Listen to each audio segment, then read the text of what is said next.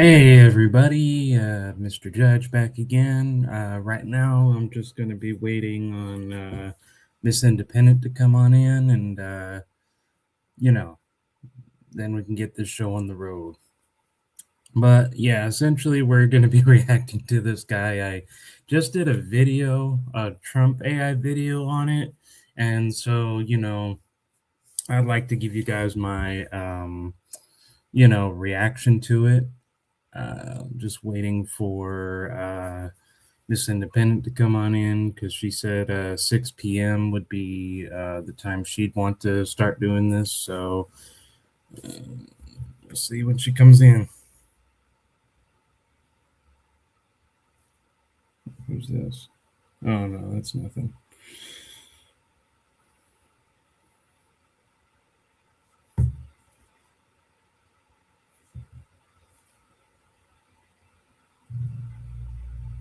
Ah, there you are. Come on and join in, Miss Independent.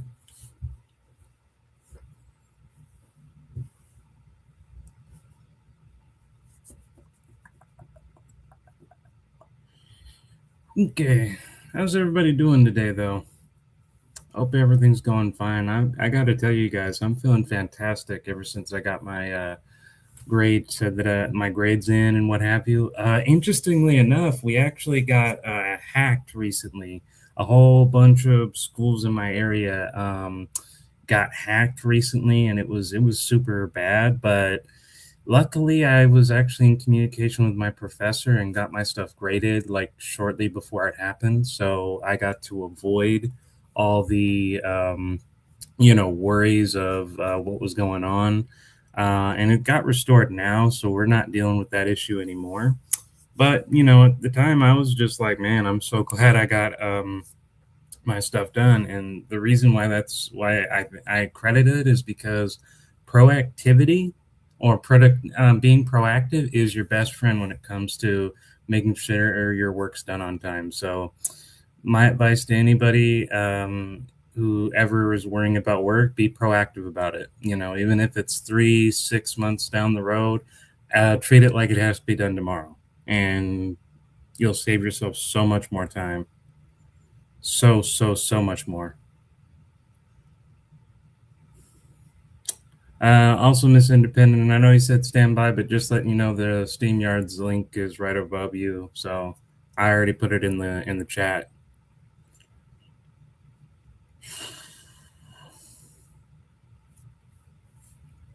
Well, while we wait for Miss Independent, I can actually show you guys something very interesting. Oh, no, never mind. Here she is. Having the connect. Okay, here we go. Good afternoon, Miss Independent. Hi, Mr. Judge. So I thought, I thought for this one we could actually react to quite a few videos since they're actually not that long. There's this guy, both of which I've done, YouTube videos on it. But I think it'd be funny if we actually got, we did a live reaction on it as well, since people seem to really like the videos. Okay, I'm cool with that. Alrighty. So this is the first one. This is the guy I did an AI Trump video on. Right, Um, right. by the way, how did you like the thumbnail I did on that one? I thought it was dope when, especially my favorite part was when you said to the max, because that's what I say. But yeah, no, I thought it was all cool. My favorite one thumbnail though was the one that said "No education required. Let's go." Yeah, I'm really proud. I'm really proud of that one. The way I do it is essentially I just go to my Gemini and I create the image. I tell it the image it's going to do, and then I download that image. And after I've gotten all the video edited and whatever, and I'm doing the upload, I just put the image as the thumbnail. Okay, so did you when you were doing all this research and studying about these folks, have you heard about Mhm. their degree program?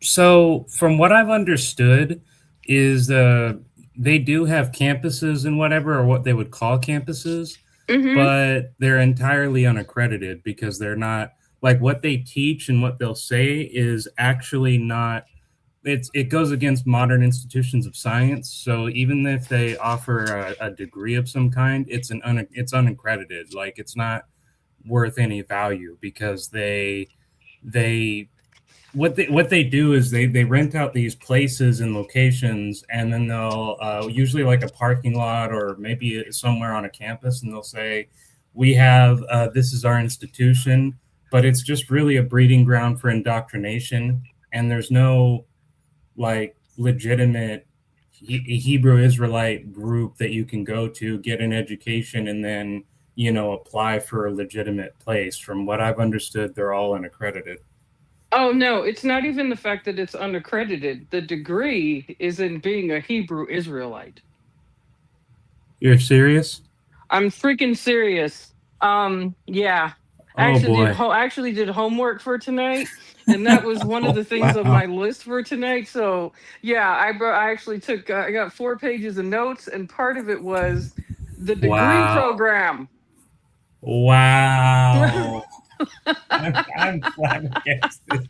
And they actually have like levels in the school program of Of what course they you can do. quote unquote be, and that's why I gave the feedback that it operates like a MLM based hate group. Wow. I mean, I knew they had a school, and it doesn't surprise me that they would put tiers at the fake schools and they put tiers at them. That's what you Yes. expected, but a literal degree just to call yourself one. And Yes. what makes me even flabbergasted about that is I did more research into the group, and here's the thing. Globally, as far as religion is concerned, which my AI Trump talks about, they are literally only 4% of this country.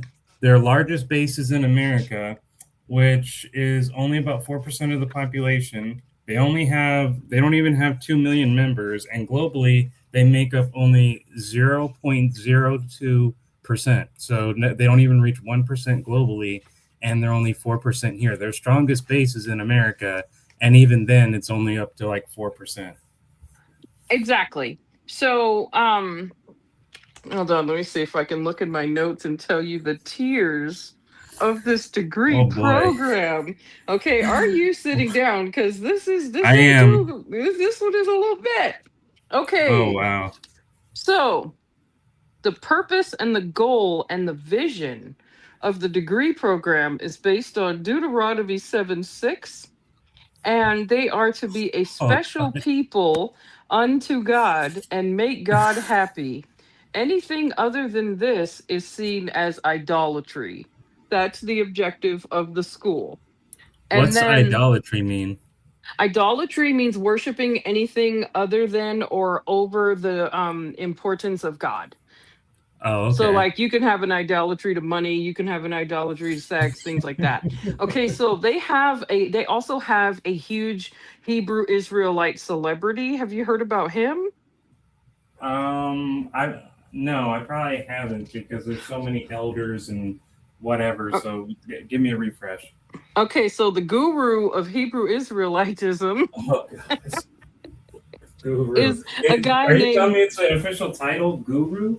No, that's what I named him when I took the Oh, notes. would have been Okay, like, oh my so this guy is like the man, okay, for god. the Okay, Hebrew Israelites, and his name okay, is Reuben Lewis. Now, Reuben Lewis acknowledges that not all the Hebrew Israelites are radical because he didn't right, start it out as radicalism.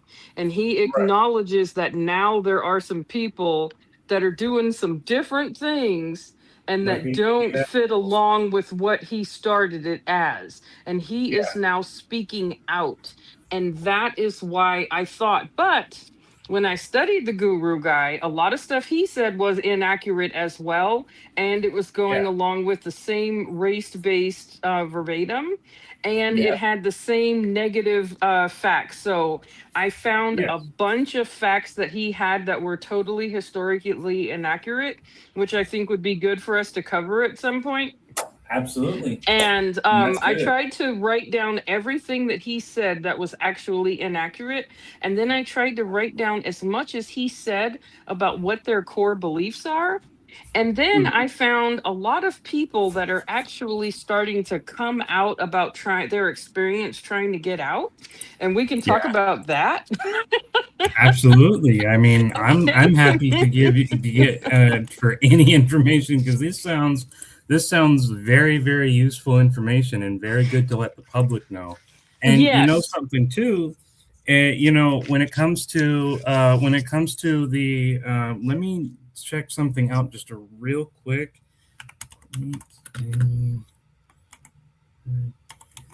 Also found stuff about who they target, why they target them, and who they despise. And the only way to get away from them once they Mhm. start targeting you. I thought that was very interesting as well. So I did take notes about that. Okay, so Good. here's the MLM Mhm. type ranking system that I mentioned. Okay, lowest level is going to be a soldier. These people Yeah, function I in heard that one too. street teams, and they are subservient to the other people in the group, and they are men who are elevated by the spirit, and they are supposed to conduct outreach. Those are the people that we see. Correct. Okay, And next. Yes. mhm.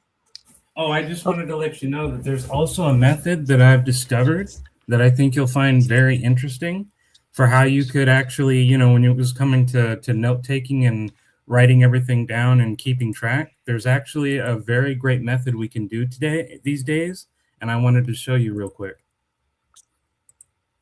So one great way to do this, and I'm going to share it with is through Gemini, and you can see what I did there. I said create a RTF file, but here let me show you how it could work. Like let's say you were doing your note thing, right, and you found out about you wanted to write a note about this research, right? And you found an interesting fact. You'd be like create a RTF file, and let's say it was about you said, and you wanted to write down um, the Hebrew Israelites have multiple structures about they're in their unaccredited schools that also require you to, and there's mistakes in there, but it doesn't matter, require you to create, that require you to get a degree to call yourself a Hebrew, no, a Hebrew Israelite. And so you'd click right here, and then in just a few brief seconds, it will analyze what you're telling it to create a file on, and boom, it's ready. And you can have all that, and you can click download and what have you. And wherever, if you want to keep it on your main file base, which is usually where it'll go to immediately, or if you want to put it on Notebook LM to like keep these files in a collective database, you'd be able to do that. So that would handle all the note taking you'd need to do. And you could also of course do this with a PDF as well that it could generate, but I just wanted to show you that and the public so that you can, so if you ever struggled with, oh, I don't know why you were removed. But if you ever struggle with note taking, you would be able to use that to make sure that the information would be, not only would the note taking be faster, but it would also help make sure that the information never gets lost.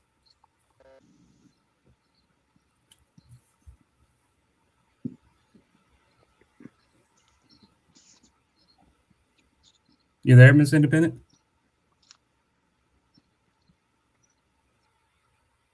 Hello.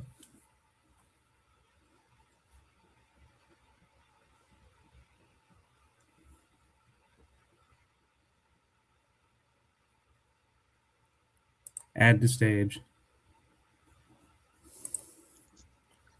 All right. You back? Yeah. Okay. Did you see all of that in the explanation I gave? Yes. Yeah. So that was just to show you something very interesting, so that note taking would be more easier and better well kept. just Yeah. because a lot of people don't know that, and I just discovered it today. Well, I know about it because people at my job use it for nefarious purposes. Oh, good. Oh, good. So they're keeping track of Gemini's progress. They are keeping track of all the wrong things. So I that's how I know about it because I am one of the investigators and woo woo. Okay. So the second rank in the MLL structure Uh-huh. is the officer, captain, or general. They go Right. by all three names. These are the Right. ones that boss the soldiers around, and they are the ones that usually have the bullhorn and are telling the people which way to go, what to do, blah, blah, blah. Exactly. Okay, and then phase three, that's when you become an apostle or holy apostle. And that is like the guy that was trying to talk to us with his 1984 afro. And they feel that they have authority over people. So that's why they speak in the way that they speak, because they have ran up the ranks, right, of the Hebrew Right. Israelites to the point that they can direct people's path. Okay, and then the people over them is called a high priest or a bishop. Yep. And then I think a step above that is the deacon, correct? Yes. Okay. So that's what I got for the structure. And then I also found out what their sales pitch is that they tell people on the street. Oh, go for it. I told you I did real homework because, they're trying to come with all this quote unquote evidence. So, I had to bust out some evidence. Okay.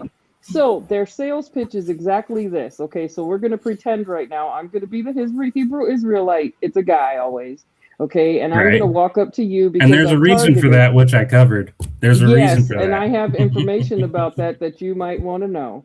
Okay, so the pitch that they do is they target people based on who they see. Remember, it's black, white, Native American.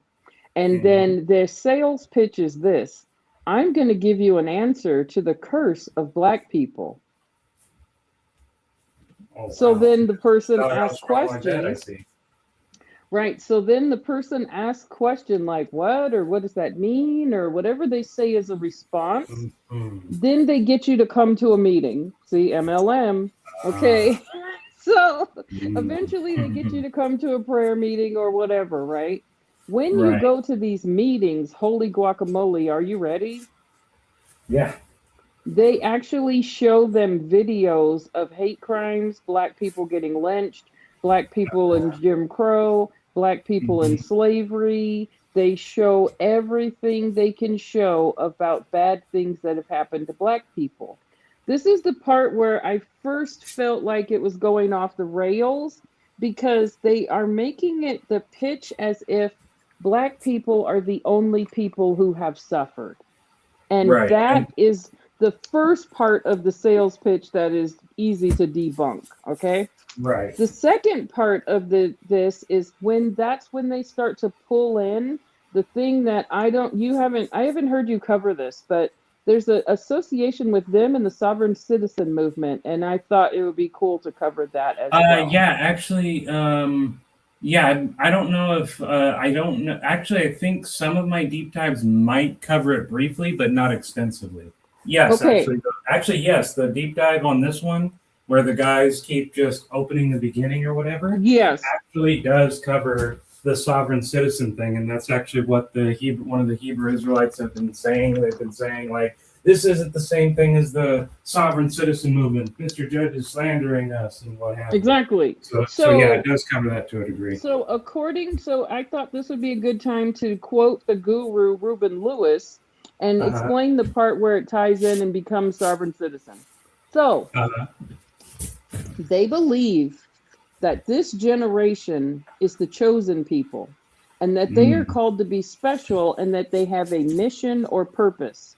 And right. they believe they are due an inheritance, or in today's terms, it would be reparations, that Right. will be given to them that is rightfully theirs, and that they will reside in heaven in between a certain geographical area when they get it. So the area is in between the Middle East and all the way through Africa until it stops at Uganda for some reason. Then they believe this is the area where the white slaves will be. So my question was, because of course I'm having questions, how Right. will the white slaves get to Uganda? Like, let's say I'm in Alaska and Right. I'm white, but I'm going to Right. slavery. I couldn't take a left turn and not make it to slavery?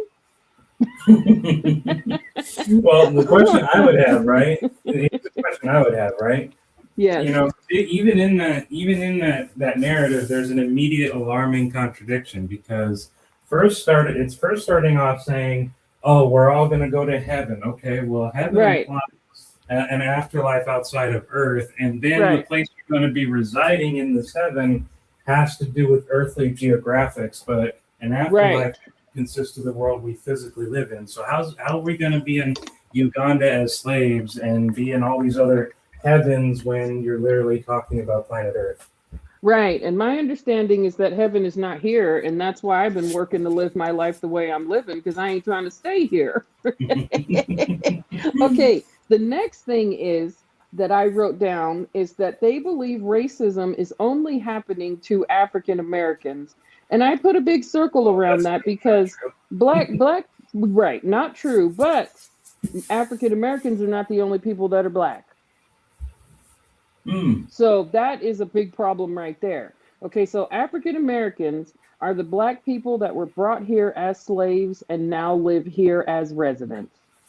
Correct. African Americans are not black people in Central America. They're not black people in Jerusalem. They're not black people in Israel. They're not black people in the UK. Are you picking up what I'm putting Yep, down? and they're not native to, and you know, there's two very important things to address there. The one thing too is that they try to say, some of them have tried to say Cubans are part of the 12 tribes. Well, Right, the actual original inhabitants of Cuba have been proven by DNA, just like Native Americans, to not have like Native American tribes themselves right.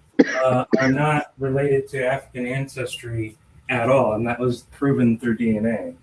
The second Exactly. thing, the second thing to have a very important understanding, and this is actually something that I didn't know myself till I actually took a class of it in college about I want to say about a year or two ago.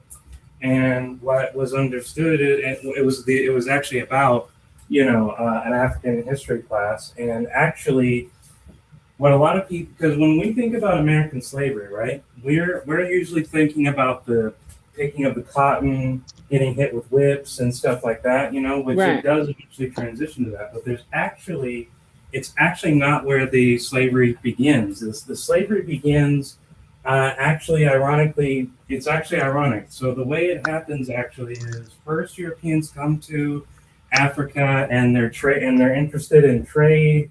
They eventually obviously intermarry and have sex and wives and what have you. And this produces a group known as the Crowleys, who are neither fully African nor fully European. So right, essentially, neither side truly recognizes them or wants them because it's like, that's not my baby. Nobody at both sides are saying, that's not my baby, it's your baby. right, And and what happens is, and what's really funny too is they go through several stages. First, they become this group that nobody really cares about or protects them because neither side wants to fully acknowledge them, even though they come from both sides. Then, what happens is they start to be recognized as valuable because they were able to, and not from the other side, but they themselves recognized their value because they spoke English and were needed for translating trade deals from Europeans to Africans. And as a result, they actually got very wealthy and they formed their own sort of elitist class, you could say. But because they were doing so well, Europeans didn't like the fact that they were outsourcing them in trade, so they were the first to be enslaved.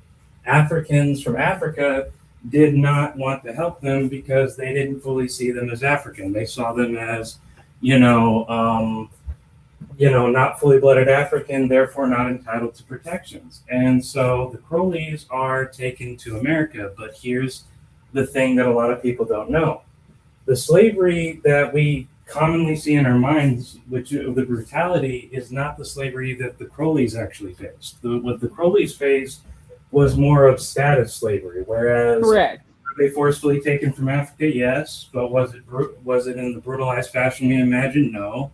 Were they forced to work on plantations? Yes, but unlike the slavery that we've come to know in our brains, they were actually capable of rising through their status. If they became Christian, if they, they could marry, they could actually work to get out of slavery after a period of time.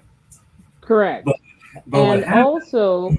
also slavery evolved. So Exactly. this is the beginnings of slavery, but there was also Exactly. slavery before that. Correct. In Africa, So for a fact. right, but they are the way they're presenting it though is that African Americans are the only people that were ever slaves, and that's historically Oh inaccurate. yeah, very very And incorrect. No matter, the slavery has second happened everywhere. exactly. And it's happened to multiple generations of races of people. And the part that had me totally stumped is that they believe that the way they present it is that white people haven't suffered. Well, how do you explain things like the Holocaust? Exactly. Right? But So that was my first problem. Go back to what you were saying. so it actually, I'm glad that you brought that up because what I'm about to say actually coincides with what you're saying because where it transitions from the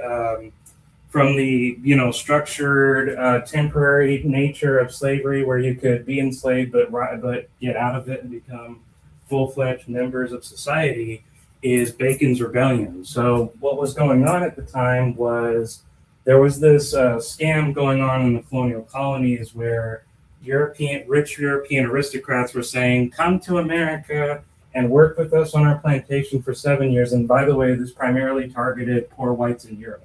And they said, Right. "Come work for us in America. We will, for about 7 years, as an indentured servant. After 7 years, we'll let you get your land. You'll get your own land and plot and what have you. And it could be the start of a new life." And Correct. they would give you land, but this was a deception. What they were really doing is they were sending you far out into harsh terrain, into land that would be very hard to grow anything. It would be very dangerous, and the idea was if their location were ever to be attacked, these poor white Europeans would be the first ones to be slaughtered in a if the native Indians ever attacked. And so what eventually happens is a guy named Nathaniel Bacon comes to the colonies. He wants to, like everyone else, he wants to get land. He gets denied. So he says, fine, I'm going to just take the land anyway. So he forms a rebellion known as Bacon's Rebellion, which was Right. comprised of the Crowleys and of poor indentured servants working together to overthrow the colonial elite, and they actually succeed. They actually, I believe it's Jacobstown, they burn to the ground, but the colonials fight back.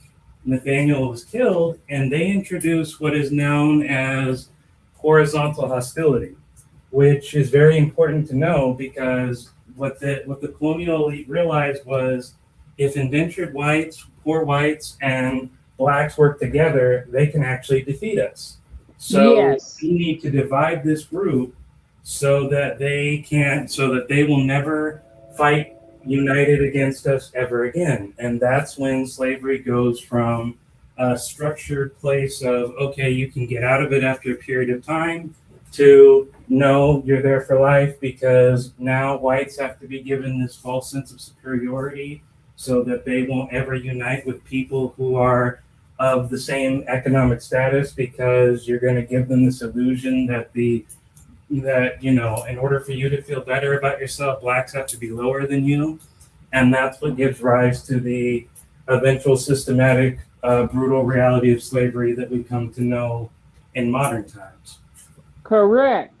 And then what happened in our world over the last few years that drew a lot of people together to fight police brutality? Black Lives Matter. And that's why they are now having a huge resurgence and they're having new people join, and they would go to these quote unquote Black Lives Matter rallies, and they would talk to people about these injustices. And even though it was historically inaccurate, people were fired up and they wanted to make a difference, and they would join in the group. Correct. Okay. They believe also that people who are white are walking in the blessings that belong to them. And that's a direct quote from their guru, Reuben Lewis. Okay. Wow. Okay. So, all right. So let's go ahead with our first video. I'm ready if you're ready. Okay, cool. Sounds good. So, by the way, before I start, thank you for sharing a lot of that information. That is really good. And I applaud you for your research skills. It's an honor to be live streaming with a fellow academic. Thank you. Appreciate you. Toward the Barclays Center in Brooklyn. Right, just a normal evening out. Exactly. It's a Tuesday night. Yeah. You've got a hot dog in one hand, you're wearing your favorite team's jersey, and you're really just trying to get inside to watch a basketball game. Yeah, you're not looking for trouble. Not at all. But suddenly, this man steps directly into your path, and he's flanked by several others, all wearing matching, militaristic uniforms and turbans. Right. He points a finger directly at your chest and tells you with absolute unwavering sincerity that because of your specific genetics, you are literally an ancient biblical demon. Which is just a wild thing to hear on a Tuesday. It's insane. He tells you that your ancestors stole his identity and that very soon he's going to enslave you. And while he's screaming all this into a megaphone, somebody else is standing like 3 feet away, just filming your reaction. Yeah, getting it all on camera. Right. So welcome to this deep dive. All right, shalom.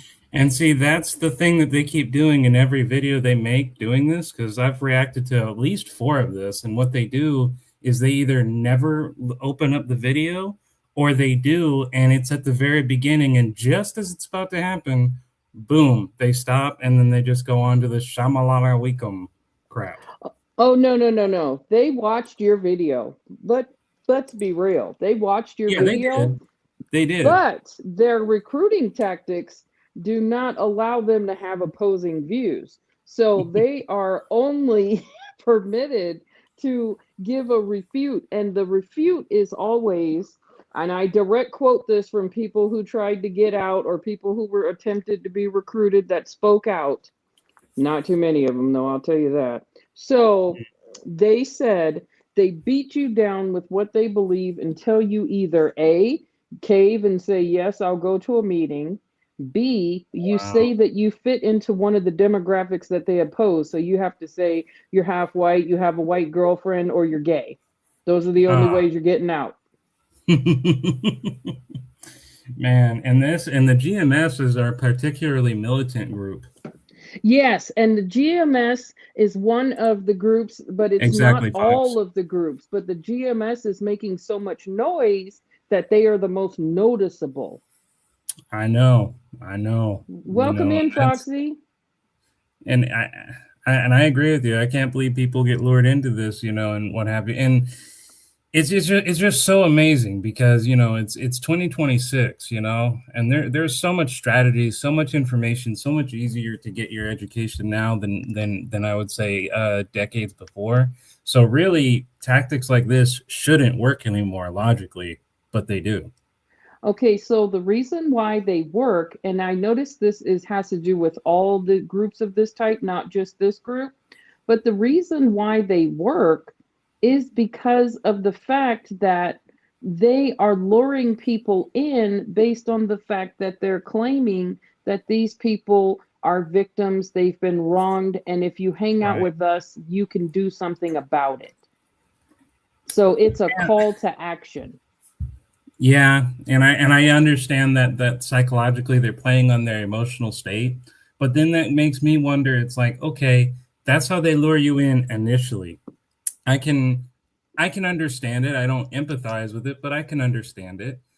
But the question that always brings up to my mind is, why don't you eventually realize, well, hey, it's been 2, 3, 5, 6, 7 years. When is this supposed revolution supposed to start? Why is nothing happening? Or okay, ask that question from the get-go. Why should I join you guys if this whole revolution thing has been going on? This whole promise has been going on for so long before I was even born, and you guys still haven't done even what you promised. That's what I never understand. Okay, so there's a couple of reasons for that. The first reason is because of the people that they specifically get that are attracted to this type of situation.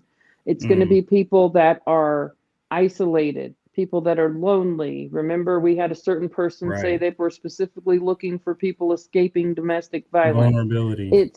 Yes, it's people that are in such a bad place that they need to feel like they belong. And it starts off as a great friend group. I'll help you with your daycare if you're a single mom. I'll give you a ride if you don't have a car so you won't be in the snow. We'll give you a job so Right. that you can make some money if you're hungry. So Right. you I'm begin getting to it now. feel, yeah, so you feel it's kind of like the same way that that gangs recruit people. They don't recruit people and say, here's this AK, go kill people. It starts off with, we're your family, we care about you, we're looking out for Yeah, you, and here's some we'll do you some small. They clothes. do you some small favors to say, see, we can be relied Yes. upon. Yeah, no, before that, they start out with small favors that they're doing to help you. Okay? You need some clothes, they're bringing you a shirt. You need some money, they're giving you some money. You need protection, they just happen to be there when you need to be rescued. Then they turn it as, now it's time to put in some work for all that stuff you got. So it doesn't start Right, out that way. It right. starts out as, we're just magically here to provide a service. And then it's like, well, man, and then they make the argument of like, well, man, I helped you, I gave you this, so it's only fair that you do this for me in return.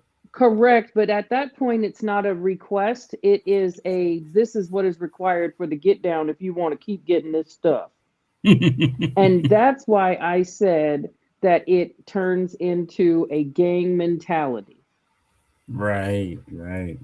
And you're right, Fox. There nobody should believe. Nobody wants to believe they can't succeed because they're a loser. They look at they look for a scapegoat, and that's a very humanistic experience to always look for a scapegoat.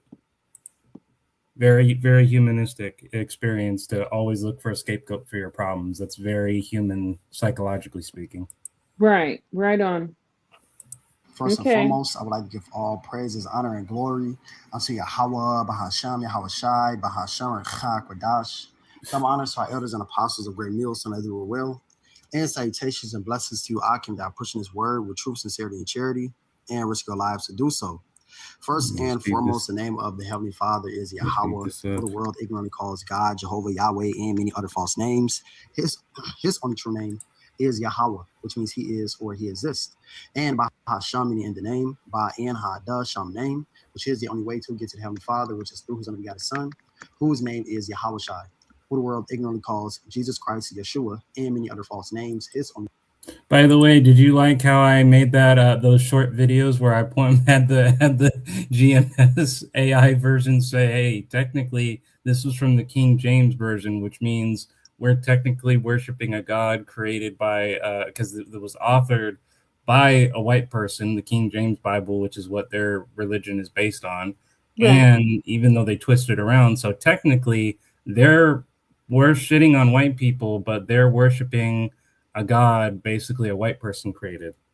Correct. I tell you, I loathe short form format at period, but I definitely watched all of them, and I definitely understood where you were going. The only critique I would have is that the people that you're using in the AI are not radicals. They are the ones that fit the profile of the, quieter and behind the scenes. Right. You need to have them look like the people we're talking about. Otherwise, Well, see, that will I be another tried. point of argumentation. Well, I tried. What I did is I would type in GMS Hebrew Israelites saying this and what have you, and that's just how the AI would generate it. But I Right. tried. So I would go with more of an approach of I would just go in the leaning towards a black male protester. Oh, okay, maybe that'll work. Maybe because that'll work. I that's the gotta try ones that. that are the radicals. They tend to look more like your everyday black male on the street, and they're, you know what Okay. I'm saying? Yeah, I get what you're saying. Maybe that'll work better because saying it directly for whatever reason didn't work. No. Okay. Well, AI is not entirely, you know. That is true in certain aspects, you know. But as we progress further, we're going to keep making improvements and better. That's why I'm on the AI team. All right. Is Yahweh Shai, which means he saves or he delivers. And that salvation and deliverance only pertains to you so-called Negroes, Hispanics, and Native Americans, who are the biblical Hebrew Israelites, no matter what you believe. And you speckled birds may look like the other nations, but your seed line, meaning who your father is, goes back to a so-called Negro, Hispanic, or Native American. And that will make you a biblical Hebrew Israelite by blood, according to Numbers 1 and verse 18, because you are whatever nation your father is. And the Ruach Kodash is the Holy Spirit. Why the hell is he going like he needs to, like he's spitting up a loogie? That is him. That is him speaking Hebrew. Well, it sounds like a loogie. It sounds like he's like. That is him speaking Hebrew, so I won't diss on people that speak Hebrew because these aren't the only people that do. But what I will say is that just goes exactly with what I'm saying. They feel that the only people that that are black, okay, are these people. And if you live in America and you were enslaved, you are definitely not just black. Even if it's not recently, at some point, you were not just black. And what about the fact that Native Americans had slaves as well? How do they justify that when they're letting Native Americans in their group? That's true. It's actually in Native American culture, in plenty of tribes like the Crows, I believe Apaches, and possibly Comanches, it was very common for you to buy a wife through trading of cows and cattle and horses. And it was also understood when conflicts amongst each other that, you know, if you lost against them and they captured you, then you were their slave and they could do what they wanted to you. And there's a long history of what we would consider horrible abuse was actually seen by the Native American culture as, well, you're the defeated warrior, so this is just what was naturally going to happen to you for daring to oppose us. And we look at it as brutal today, but from their perspective, well, they're acting with honor. Correct. And what about Chinese people that were enslaved? Yep. So they used slave labor to build the Great Chinese Wall and bury their bones when the workers died. Correct. So my whole theory with that, my whole point with that is that they are using this one-sided narrative to suck people in that do not have the knowledge. So the people that do not have the knowledge would be people that, I am a person that doesn't have a lot of education, I'm isolated, I'm vulnerable, and I'm looking for someone to follow. Mm-hmm. You know what they could use a good dose of? Socrates. Because Socrates not only was a man who championed claiming he was ignorant, but it's also an excellent psychological trick to actually exposing the Hebrew Israelites, because the way you would do that is you would simply go up to them, and when they say to you, like, you know, I'm not black, but I'm just saying, say if I were, or let's say you were there because you're very educated yourself, and they come to you and they yeah, and then they say to you, you know, the black curse or whatever.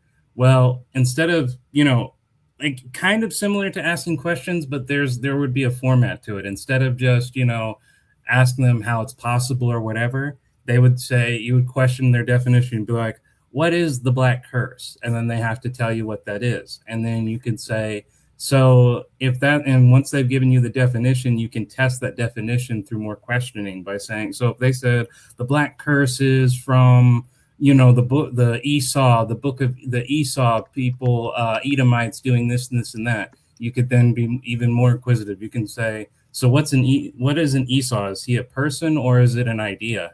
And if they try to say it's a person, then, and you happen to know he's not, then you can bring up, well, actually, Esau was never a person.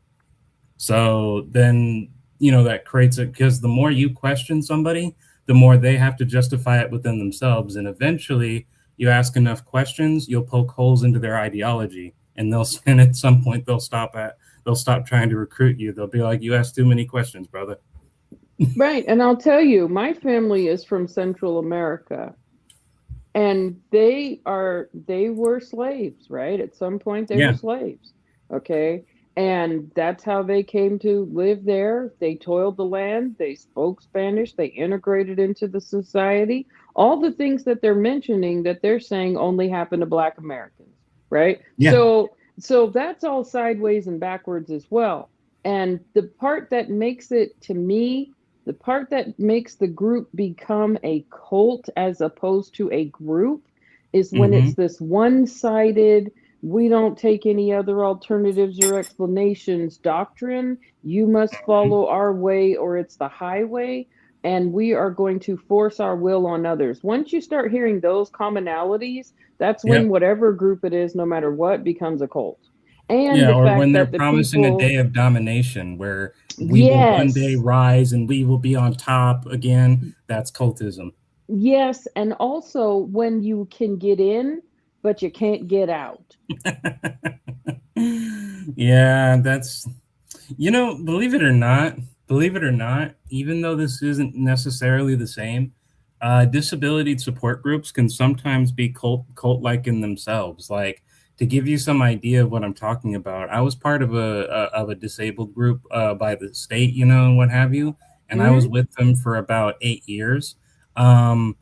They helped me with budgeting and what have you, but as I began to progress and use artificial intelligence and therefore become more independent, they didn't really have a whole lot of value for me staying, especially since it became clear to me they were just having my presence there, never giving me a graduation date, never teaching me any real adoptive skills that had any value. I mean, we're talking independent. We're talking about going into a room and being told I've completed 100%, 90% of these modules, having literally nothing else to do, and then being told to my face, oh, well, even though he's completed all of these goals, we're going to continue with it, practicing with it anyway. And they'd be like anywhere from 90 to 100%.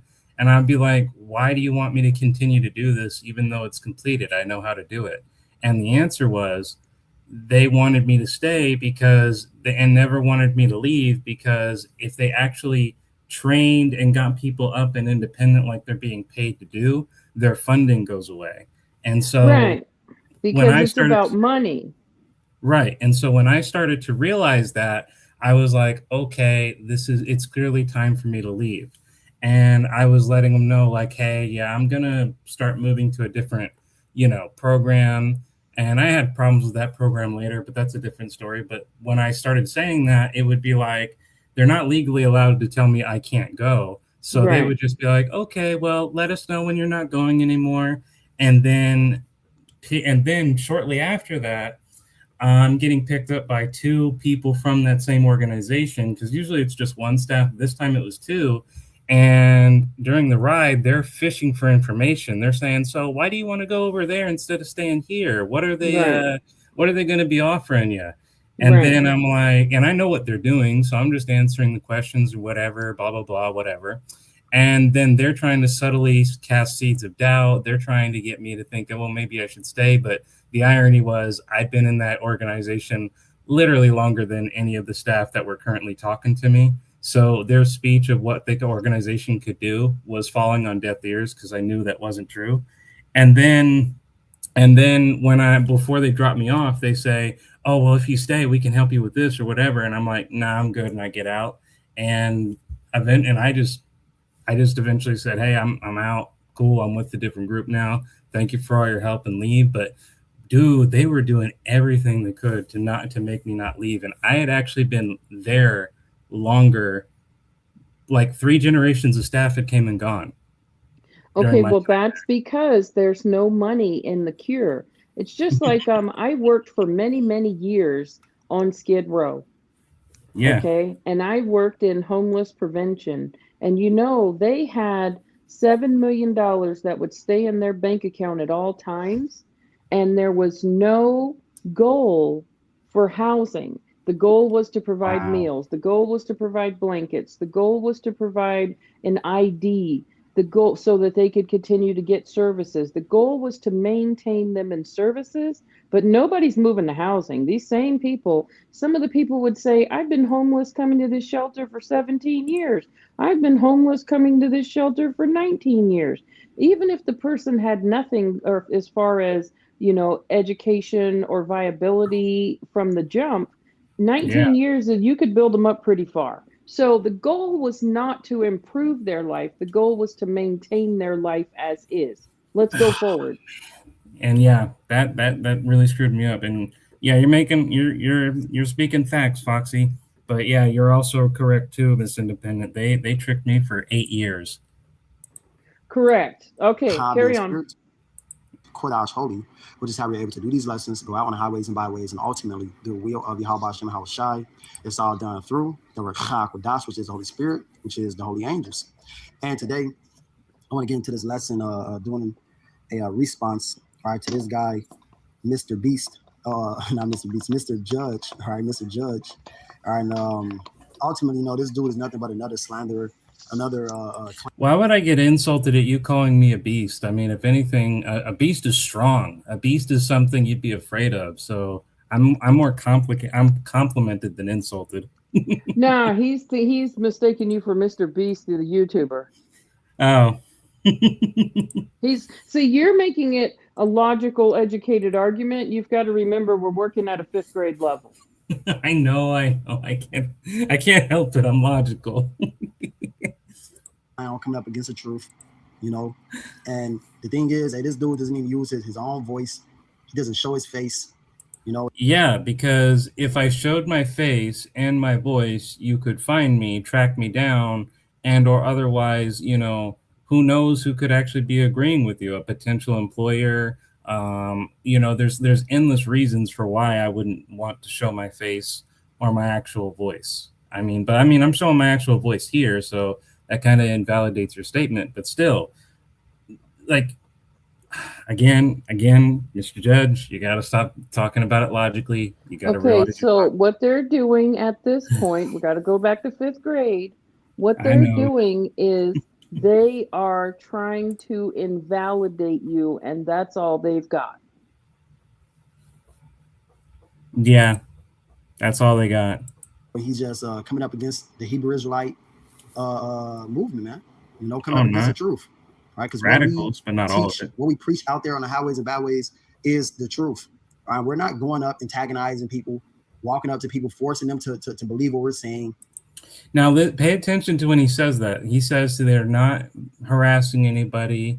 They're not forcing their ideology on anybody, because he's going to say something very interesting shortly after.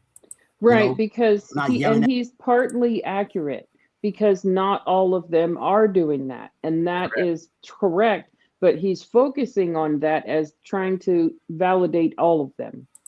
Right. And specifically, he's trying to do it to validate the GMS when he invalidates his own argument later on. At people, and all we're doing is giving out the truth. And as the scriptures say, which this is the reason why we're out there, what you call, quote unquote, yelling. We're not directly yelling at people. If you walk past us and our voice is loud, hey, so be it. It is what it is, man. When the ambulance comes past and they got on their sirens, and you're so happen to be in the area and you hear it, hey, that has nothing to do with that's not a problem with the ambulance. Hey, that's your problem. Boom, you immediately contradicted yourself. First you said you're not yelling at people, you're not antagonizing people. Then you say, oh, well, if you come by us and our voice happens to be loud, equivalent to an ambulance, that's your problem, not ours. So you are yelling at people. You're literally equating yourself to an ambulance. Correct. But it says Isaiah 48:1 says, cry aloud, spare not, lift up thy voice like a trumpet, and show my people their transgression, and the house of Jacob their sins. That's why we lift up our voice like that. All right, that's why we're out there yelling. All right, and what this guy is specifically speaking on is the IUIC surrounding the Barclays Center, you know, marching around the Barclays Center, which that shit is off. You know, we don't do that here at Great Millstone. We don't do that, man. And not every. And you were never mentioned in that video in the first place, so point invalid. Okay, and that text is actually not referring to be loud and yell on the street. What it is actually is they were supposed to be announcing the birth and to bring salvation that came with becoming a Christian. What they are doing is yelling that you're a failure if you don't care about them. You ain't shit if you ain't white, black, brown, or Native American. You're going to, okay, they are not, they are supposed to be, the announcing in Isaiah 49:1 is supposed to be encouraging people, lifting people up, telling them this great information, encouraging people to come in. They are not encouraging people that in that manner. No, they're disencouraging people, if anything. Hebrew Israelite camp is the same. We don't have the same beliefs. We don't teach the same things. You know, we don't do the same things. As I said, the IUIC, what they do with the whole marching thing, that shit is off, man. The Lord never told us to do that. The Lord told us to go out on the highways and byways, chief place of concourse, and cry aloud, spare not. Okay? Show our people their transgressions and their sins, man. Tell them where they're going off. Tell them how to come back to Yahweh Shema Shai, how to serve the Lord, who they are. You so-called Negroes, Hispanics, and Native Americans, you are the Israelites. And you speckled birds that may look like the other nations. But your seed line goes back to Abraham, Isaac, or Jacob, a so-called Negro, Hispanic, or Native American. But you may look like a so-called white person. All right, we don't just. Which means you accept white people in your group as long as they tell you, which you guys are not geneticists, so you have no way to know if they're telling the truth or not. Anybody can go up to you being white and say, well, I'm part Native American, or I'm part Cuban, or Latin American, and they could completely be bullshitting you, but because they want to join you, you're going to just accept them anyway and call them sparkle whatever. But in reality, it means you accept white people. And don't forget that it's still the same thing, because what are they going to do when the day comes when we got to go and pick these slaves? What are you going to do with your friend Wally then? Yeah, I mean, thinking about it logically, which I know is probably a mistake. These idiots do know that, you know, the first thing that many people would do, like, say what happens, the slavery day comes, whatever. You know, everyone's just going to say, well, hey, I'm part Native American, I'm part Cuban, I'm part this or whatever, just so that you just mistaken me for a white guy. I'm not really white, just so they can get out of it. And they would have no way to know. Exactly. The other thing is, what if I'm a black person and I don't agree with them and I want to be in another religion? So at that point, it's kind of, you thought Jehovah's Witnesses were bad until you saw these folks, right? So at that point, they beat you down with the scripture, just like this guy is doing. But they beat you down with the scripture, and he's reading the correct scripture, but he's using it for nefarious purposes. So if I'm a person that's not, you know, well versed in what it means, I'm going to buy in. Yeah. Or let's say you were in a situation where you heard it every single day and you couldn't avoid it. Eventually, that's going to have a psychological effect on you, even if you're strong-willed and say, I'm not listening to this. If they do it enough, you eventually will. Your psyche will break. Yeah, that's just suggestive manipulation. Let's carry on.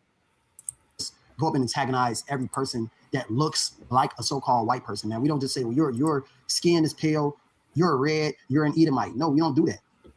We judge by the spirit. Okay? Stop. If one perceives. We do that if we are on the street and we are in this GMS group, because we only have 3 people that we're targeting. I've already established that. I've already established what they tell you and what they believe and how they recruit people. So we're going to stop the madness on that one, because that is all just deception.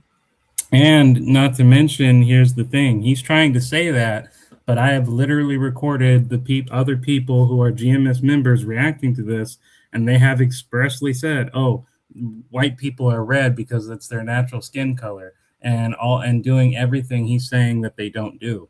And I mean, they did this days, and it's so funny because they did it days before him. So he's gonna do that right after they make videos doing exactly what he says they don't do. Exactly. To be an Edomite, that's what you are. If one perceives to be an Israelite, that's what you are. All right, and you have Jakes. All right, you have a so-called black person that can be an Edomite, man. So if I believe that I'm a trapeze circus performer, does that mean that I am? I believe. Edomites that can be black. Well, according to their ideology, an Edomite is specifically a white person, so I don't know how the heck that works. Right. Okay. Oh boy. Being an Edomite. Okay, his father could have been a so-called white man, which makes him an Edomite. Okay. And as I said, we base it on the spirit, because his father could have looked like a so-called white man. He could say, well, my dad's white. How the fuck do you base it on a spirit? You can't see a spirit. So they're saying they base it on the person's inner spirit. So basically whatever they believe. So what about people that are transgender and they believe? How come they can't be in the group, right? They believe. Okay. Right. By the way, I'm black one who's tied off this shit. This is a battle between good and evil. No race, religion, creed are involved. We're all different, but we know from right and wrong and how to treat each other. Yeah, I agree. It's not. Well, for this group that we're axing, it's all about the race. They're lying and saying it's about the spirit, but for this particular group, it's all about race for them. Exactly. Like so on and so forth. Okay, but his mannerisms, the way he's acting, his characteristics show that he is an Israelite. Okay, which that would make you an Israelite. Okay. So it's basically an honor system. It's the honor system. Pretty much. And you know what that means? It means that while soldiers on the level of soldiers are going to be told to follow all some bullshit made up rules, the deacons, the elders, and the gurus are basically going to be able to hang out with their white friends and do whatever the heck they want. And then when they're questioned, they'll be like, oh, he's not white. He's not an Edomite because, spiritually, he's with us. Right. He believes. Hello. It's the honor system. We gave him a gold star. Exactly. Just when you thought hypocrisy can't get any more hypocritical, am I right? Nah, welcome to Crazy Town. About the skin color and what a person's hair looks like. Okay, you got a lot of Asians who are Israelites, so-called Negroes, Hispanics, or Native Americans. Their fathers go back to that line, man. Okay, but you have this guy, Mr. Judge, just spewing lies and slander on us. And we don't do any of those things, man. Okay. Sure you don't. I recorded it, but sure you don't. I also didn't hear him say anything about Asian people that are black. What about them? Yeah, exactly. Well, actually, no. Actually, I do believe at some point towards the end he does mention them, and he says people in China are going to be slaves too. Like we're like us, me as a white guy, us white people, we're enemy number one. But what if I really believe it? I heard him. I like Pinocchio, right? Right, Fox. But no, he actually mentions it. He says white people are their number one enemy, but Asians and such, they get it too, because he specifically says all those people in China, they're gonna be enslaved too. Right, but remember he said whatever race your father is legit, and there's a lot of black people in China. Yeah. Boy. Especially not here at the Great Millstone. You have various other camps who do things like that. But we here at Great Millstone, we don't do that. All right? Okay, it's my understanding that GMS is exactly the Grand Millstone, whatever. So that would be precisely who it is. Yeah. So on the judgment, God's is going to skyworthy earth looking for black people like with a black person magnet or something. Pretty much, if you're black, you're totally safe. You're going to be living the good life. If you're white or Asian, what about albinos? Scour the earth. Yeah. Well, guys, I'll let you in on something, and this will make you laugh. Years ago, when I was actually debating, I don't think when I was actually debating Hebrew Israelites on an application called Bigo under the same name, Mr. Judge. One time, I encountered a guy who literally said to me, and I quote you, um, "Oh, you know them UFOs are fake, right?" And I'm like, "What are you talking about UFOs?" And he says, them UFOs in those crop circles, those are actually sleds in disguise." And I'm like, "They're sleds in disguise, huh?" And he said, "Yep, they're sleds in disguise. So the great high one, or however you pronounce their Lord, is going to ride up there and in his sled and come by and chop your head off and whatever." And I said, "So your Most High is going to be riding around in UFOs that are in reality sleds, at which point he's going to take a great sword and chop my head off." You do know we have air defense systems, right? No, they don't know that. That would require reading. Okay, so the other thing that they believe is the way that they keep the people isolated to stop asking logical questions like you're asked is they're not allowed to read or consume anything other than the Bible. And anything that's not in the Bible is not true. So then that way no one is allowed to have any questions. Questions is the enemy of all this. Questions are bad, they're from the devil. Yep. And yeah, crop circles. I guess the crop circles were just the foretelling of the great sleds that are going to come and ride on by and chop my head off, as if a 21st century man is going to be afraid of a sled, or as if I can't dodge. Right. Like, that was the thing that killed me about his logic. I'm like, you think I'm just going to stand there as it slowly approaches me and tries to swipe at me? I would duck. Well, that would be thinking. There you go again. Oh, me and my darn thinking. Yeah, stop the madness. Man. And yes, there is a biblical line of people who are the wicked. Okay? That's biblical, you know. And this dude, Mr. Beast, he didn't bring out not one Mr. Beast. I keep saying that, man. Mr. Judge, all right, he didn't bring out not one precept. Okay. According to the Bible, the wicked people are the people who are evildoers that break the Big Ten.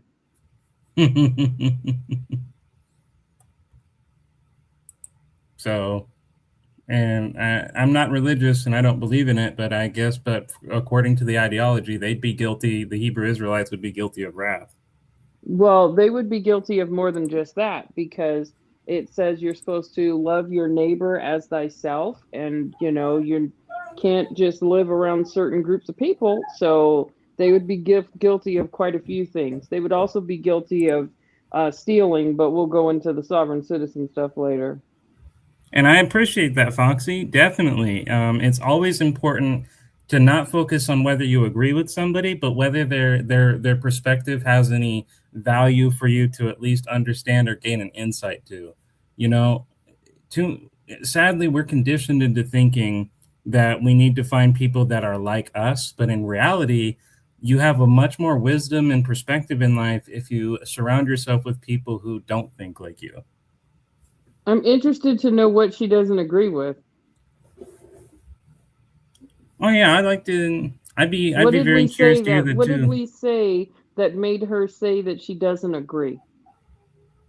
I would be interested to learn that as well. But regardless what it is, I'm very grateful for as being here and talking with us and what have you. So, but I'd be very interested to hear it too.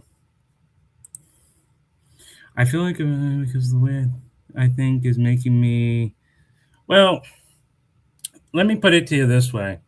If anybody is trying to make you feel ashamed for how you think and say, well, if you think this way or if you have this opinion, then you don't deserve to be black anymore, then that's a person whose opinion of you is truly not worth having. Because when I've always heard people say that, oh, I'm going to lose my black card, well, if somebody is going to talk to you as if you can't be black just because you have a differing opinion or your opinion is outside of this collective they're trying to group you into, then their value, then you should really consider, is their opinion even worth?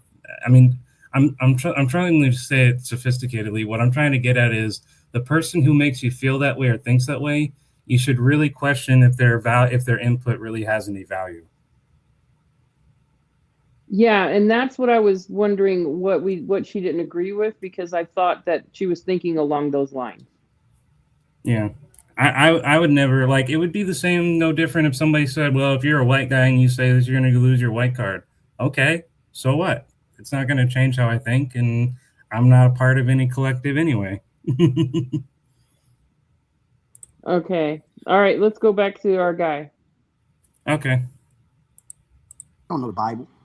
All he is just a guy that's coming up against the truth. Like various other people that came up against the truth and they failed. Because you can do nothing against the truth but for it. The Lord said that we will have people that will persecute us for his name's sake. People will persecute us for the truth. And here it is. Another guy persecuting us, coming up against us. It's not going to stop at him. There's going to be many more people going to come up against us. If everything you're saying is true and nothing I do will stop it, then why are you so concerned about what I'm saying? See this whole trend on TikTok. People coming up against the Hebrew Israelites, saying this and saying that. This is Malachi 1:4. It says, whereas Edom said, we are impoverished, but we will return and build the desolate places. Thus said Yahweh of hosts, they shall build, but I will throw down. They shall call them the border of wickedness, and the people against whom Yahweh have indignation forever. So this is the people that the Lord identifies as the wicked, Edom. Esau, Edom. So yes, there is a biblical group of people. And yet Esau never existed as a person. The Edomites did. Esau was a person in the Bible. Esau is a person of significance in the Bible. Esau, yes, Esau is the person that's supposed to teach the principle of being honest, being loyal, and not deceiving others. That's the only reason why I'm finding it interesting he's mentioning this.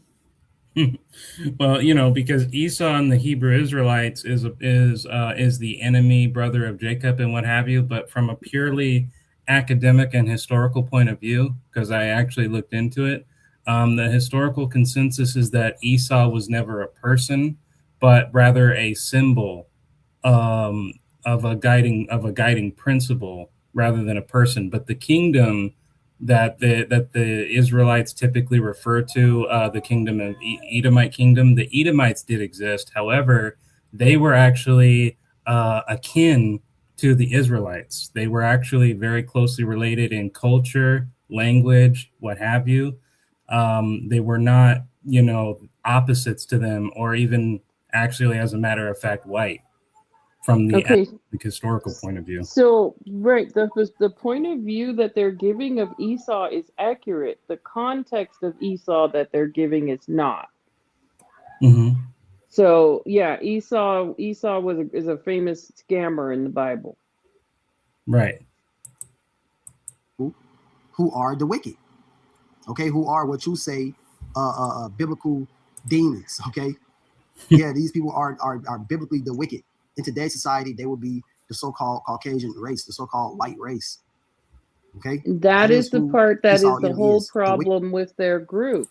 They are using it as biblical that they are excluding others, and the Bible does not say that anywhere, that is what is supposed to happen. That's the whole issue with their group, is that it's only exclusive to certain people and operates like a hate-based fraternity. And these are the same people that will have problems with groups like the Aryan Brotherhood or the KKK. Right. And they will say how evil and wrong it is that people are, having these groups that hate on other groups, but they are following the same model. Yeah, they have the same type of reasoning the KKK have. Yes, and why is the only wicked people the people that are white, when being bad doesn't have a race? Exactly. Well, and also, let's also not forget, they're the ones who are going to say, how did he make the leap between wickedness and white people? Well, because to them, they try to make it seem though all the world's evils, all the world's problems are from white people. No one else even though that's clearly not true. So that's how And they they make the leap. define white people as being wicked. Yep.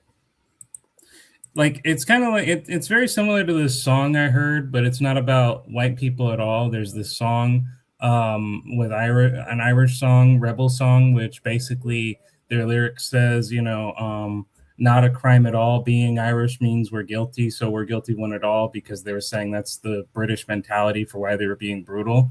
And it's Exactly. essentially no different here. Being white makes me guilty. And so, by that logic, all white people are guilty, one and all, regardless if you actually did anything. Exactly. And also, I'm wondering if about halfway through this, if you could maybe play a couple of songs or something, so we could take like a 10-minute intermission, 5 minutes. But Sure. also, what I'm wondering is what I'm wondering is like, so they excluding these people. These people are quote unquote wicked. These people are quote unquote evil. What if something happens to them where the person who is encountering them is white? So let's say I have a heart attack and the ambulance comes. Do I care what color Mm-hmm. the person is, or do I need help? I'm so glad you brought that up, because I mentioned that in my either in the AI Trump one or the one before that, possibly both. And my what I said essentially was keep that same. No, I definitely said it with the second one. I said keep that same level of energy. Don't call the cops. Don't call the paramedics or whatever. Stay believing in your, because those are white people. Those will be evil to you. So don't trust them at all.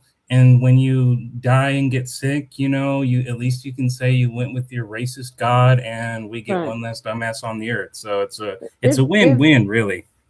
if I die and I need to get buried, am I asking the race of the person I'm buried next to, or am I just buried? Like it just gets to the point where it It's doesn't. ridiculous. Yes. And that's where we were saying that the extreme beliefs and the unwavering opinions, etc., is what makes it a cult. Like it's just not reasonable or logical. Exactly. And let me know when you want to do the intermission or whatever, and I'll just post up a YouTube video for music. Okay, yeah, we'll go at like okay, I'll let you know. All right, sounds good. Okay. Rules the planet Earth. Job 9:24. Who has the power of the earth in their hands? The so-called white man. Okay, these small headers ruling with Babylon and Great America. You lower level Edomites. Okay, here. We're lower level, yet we rule the earth.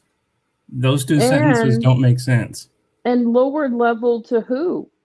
Exactly, because that would logically mean there's a higher level. And because according to the Bible, we're all the same. Mm-hmm. And biologically, we can actually establish that in science as well, because every living being on this earth is Homo sapien, which is the last Correct. of at least 28 yet known, species of human, and we are literally the last. Your skin color, ironically, I mean, socially and culturally, we use skin color to define differences, but scientifically, biologically, in reality, there's no difference of race, as a matter of Oh, fact. and when you take it even simpler than that, the things you do in your house, vacuuming, washing dishes, eating dinner, it's the same thing at everybody else's house.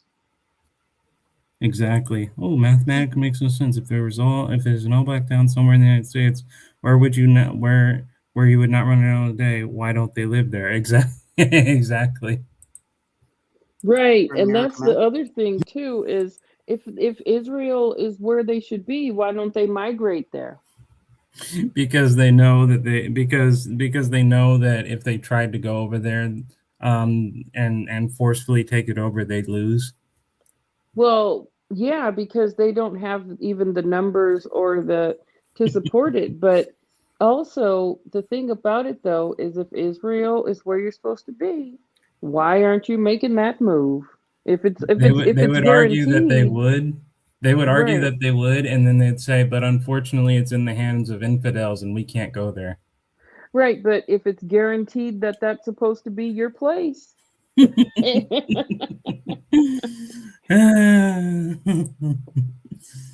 They don't have to try to take over. They should just go there so they could be there. But they don't have the freedom of speech as they do here. Like if they went over to Israel and started preaching, oh, the people here are fake, we're the only true ones. Israel wouldn't tolerate that too much. Correct. You rule this planet Earth. Therefore, what? You are Esau Edom. By default, you are Esau Edom. Your characteristics show that you are Esau Edom. You rule by the sword. You live by the sword. You kill, kill, kill. Same characteristics Esau Edom have. You know, said that he would slay his brother Jacob. The if I could just get the Genesis, what Isaac promised to Esau, we seen that be fulfilled with this man, Esau Edom, the so-called white man. Okay, so just because Esau is Yeah, a this is villain in the Bible, so now Esau is white, but they said that all the other people were supposed to be not white. So how did Esau get to be the only person in a whole land of people that's not white, but he's white? Right. Okay. Yeah. Genesis 27 and 28, 38. It says, and Esau said unto his father, hast thou but one blessing, my father? Bless me, even me also, O my father. And Esau lifted up his voice and wept. And Isaac his father answered and said unto him, behold, thy dwelling shall be the fatness of the earth, and of the dew of heaven from above. Which Esau has that, man. The so-called white man is ruling the entire planet Earth. He has army bases set up in every region on this planet Earth, man. See, and that's the same exact thing that we said. They read the Bible correctly and then they use the content text for nefarious purposes and manipulation. So his whole setup there is that this is the one white person and he's evil because he's white. That makes him white because he's a bad guy. See, that's exactly what we're saying. You can't, in that case, Pharaoh is white in the Bible.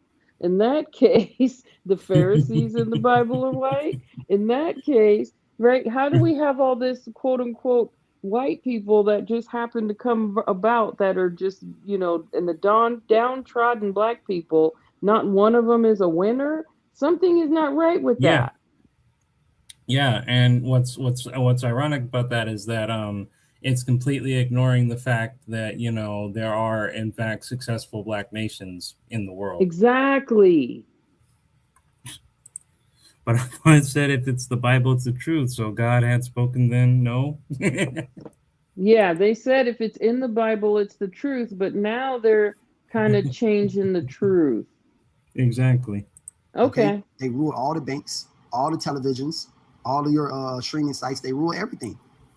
They are the ones who has the power of the earth in their hands right now. They have this blessing that Isaac. Yeah, gave. that's not actually true. Says There's actually black-owned banks.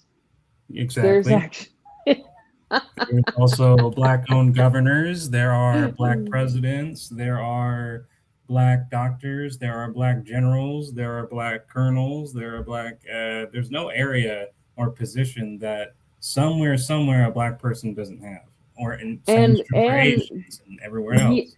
Exactly. And I mean, even like notable people like Ben Carson, that guy is a surgeon in several different specialties, and he is black. So, Yeah. and there are black people that have invented things that we use in society, all kinds of things. Now, according to Reuben Lewis, the guru of the Hebrew Israelites, he also says, this is the part I thought, this is the part that kind of made my stomach hurt, as if the other stuff didn't.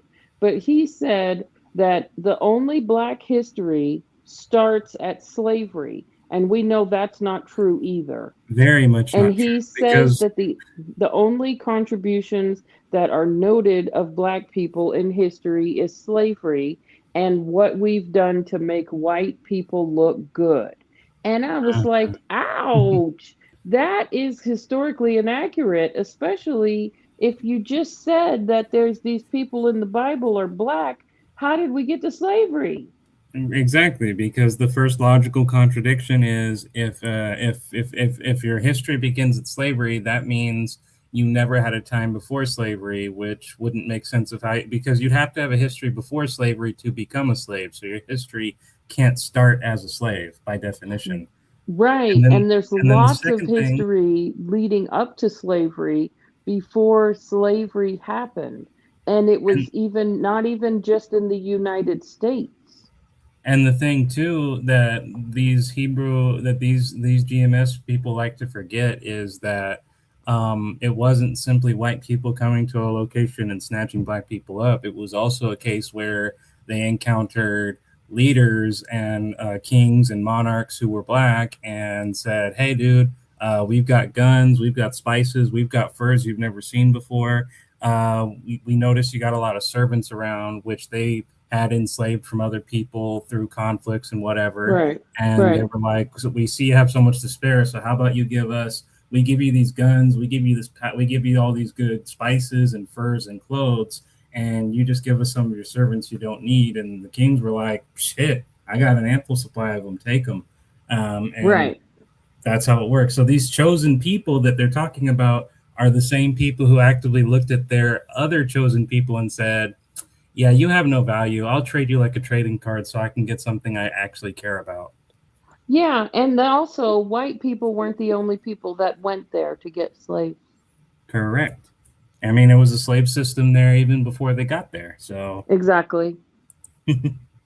Thy sword shalt thou live. White people lives by the sword more than any other people on this planet Earth. You can't say it's the so-called Negroes. You can't say it's Mexicans. You can't say that we're violent, indigenous people of America, so-called Native Americans. Okay, but and they how have a history did of violence, though. And everyone right, has a and history of violence. Correct. And how did Mexican people end up with part black ancestry? Slavery. And also, you do understand the only reason we have Mexicans today instead of Spaniards is because they violently overthrew the Spanish government. So correct. Oh boy. Cristobal Colon came over here, who you know is Christopher Columbus. He said his sword cleaved to his hand. He said that these people, the indigenous people of America, the Native American Indians, said that they were the most peaceful people that he ever encountered. They didn't even have weapons over here, man. So a damn sure can't be talking about us. Well, that's not actually what happened. And well, he's wrong on both accounts. One, they obviously had weapons, and henceforth how they'd survive. Two, that's not what Christopher Columbus said. What had happened is he encountered them. He had encountered these native tribes, and what they essentially did is he gave them a sword. They never had actually, because they didn't have such a sword that was, as sophisticated as Christopher Columbus's. And so while inspecting it, they accidentally cut their hand. And Christopher Columbus looked at that and said, well, the fact that they didn't know how to properly use a sword was a sign of just how backwards they were. And he wrote, and I quote specifically, if he had just 50 men, he could subjugate them and make them do his bidding. So he didn't say, oh, well, these people are so peaceful, they don't have any weapons. What he said was, these people are so backwards, they don't even know how to use a sword properly. So if I just had 50 men, I could easily subjugate them. That's what he actually said, not that they were peaceful. He viewed them as naive. And I want to point out here that while I am not a boomer, that is exactly what boomers were taught in history. And they were also taught that Thanksgiving dinner was a peaceful, everybody sat around and had dinner, and they actually bought into this stuff. And to this day, that's why they like things like Westerns, where these people are being taken over, and all kinds of different things. Okay, so what they're telling you is that they're buying into that generation of history. And Right. what they're telling you is that, again, the white people are bad because of all these things. And I'm not saying that there's not bad people out there, but it's not a generalized view. Yeah, it's Okay. not a whole And sided group of people. right. And their history is starting at slavery. Yeah. Which I don't understand how you can argue that, because you have to have a period of time where you're not a slave to become a slave. So You that also have to have a period of time where people were inhabiting the area before they could have a place to need slaves. exactly. So I mean, no matter how you look at it, there it's literally physically, logically, and factually impossible to have a history beginning at slavery. The only way I could see that as a legitimate argument would be if you argued, well, we don't have any history, we've lost our history of our time before slavery, therefore we only know what our lives were as slaves. That could be a legitimate statement, but it still wouldn't take the fact that you factually would have had a history before you became a slave. Okay, so the first part we've got is this is their view of history. It's the Bible, straight to slavery. Yeah. Okay. Right. But your people say that their sword cleaved to their hands. So all that they knew was killing, killing, killing. You don't do anything else with a sword but kill. And then you have No, a you devil. actually can Well, cut food. You can Yeah. actually landscape. You can Chop down actually, trees. yeah, that's landscape. You can actually landscape with a sword. You could cut your hair with a sword and use it for Hmm. grooming. You could use a sword for lots of purposes. You could fish with a sword. Oh, but then they'd say also it's fine for them to kill fish. We don't care about fish life now. Yeah, and that's the thing is I'm starting to get a headache. This guy is how much longer we got with this guy? It's only allowed a we're more than halfway done. I got it at a 1.25 speed. Okay, let him go. you don't know what he was doing with that sword. You've been cutting down plants. Fucking that is what a devil would say, man. You Personal know, hygiene. now I had niggas say shit like that Exactly. to me. Okay, but hey, with a sword you kill, you put people to death with it. Okay, and this man has lived by the sword still to this day. What is he doing over there in Iran? Bombing people, blowing people to smithereens, man, over there in the so-called And Middle East that's a for no. big telltale of a lack of education because it's Yep. actually Iran and the people are Iranians. But we're working And with a fifth grade education and boomer level history.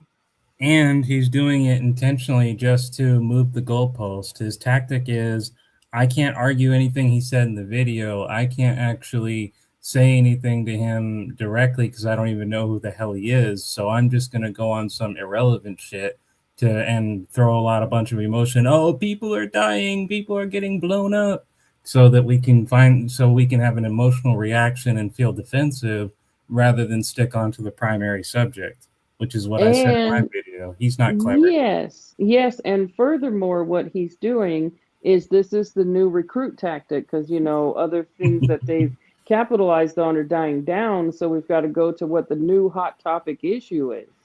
I wouldn't be Right. surprised in about 3 weeks he's mentioning hantavirus in his claims. I wouldn't be surprised either.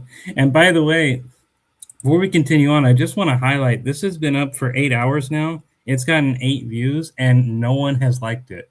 And that's something I've noticed. These guys, they make these videos pretty much on routine, slight variations, but ultimately the same. And virtually no one likes them and barely any of them watch them. This is the highest views I've seen out of all of four of them doing this. Yeah, Well, but their yeah, goal is not to get views. Their goal is to, remember, the soldier's goal is to spread the word.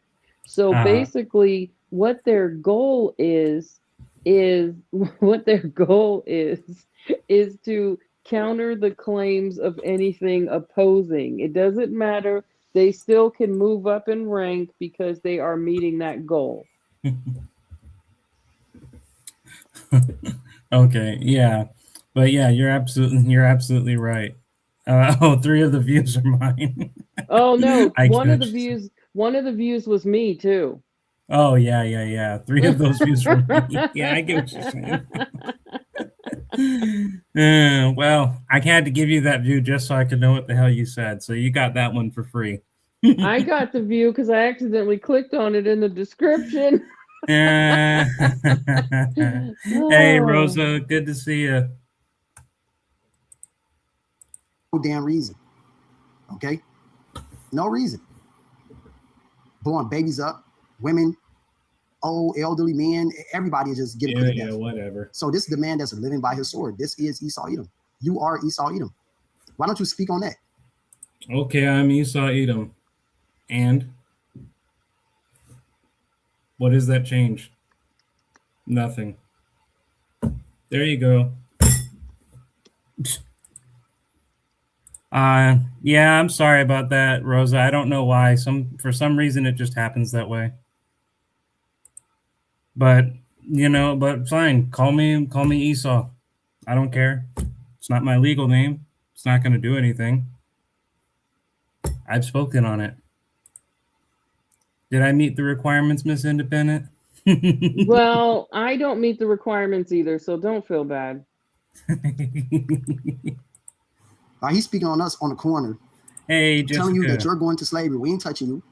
We ain't did nothing to nobody. We ain't the KKK. We ain't hanging motherfuckers. But you have that still going on to this day. Why don't you speak on that, nigga? Okay, A, irrelevant, and B, that's the same shit you want to do. Just because you're not doing it doesn't mean you don't want to do it. Okay, so we're moving towards our prison gang premise where we are now nigga-ass motherfuckers. Okay, so because we don't believe, but I do want to have one question, and I want your opinion here. I want your honest opinion. Sure. If we are supposed to be Bible thumpers, why are we calling people nigga-ass motherfuckers? Because it's because it's cultist talk. Well, and don't forget about this is the new Crips, okay? This is born and raised in Compton, okay? And born and raised in Compton, soon as somebody don't agree with you, you go to cuss it. Yep.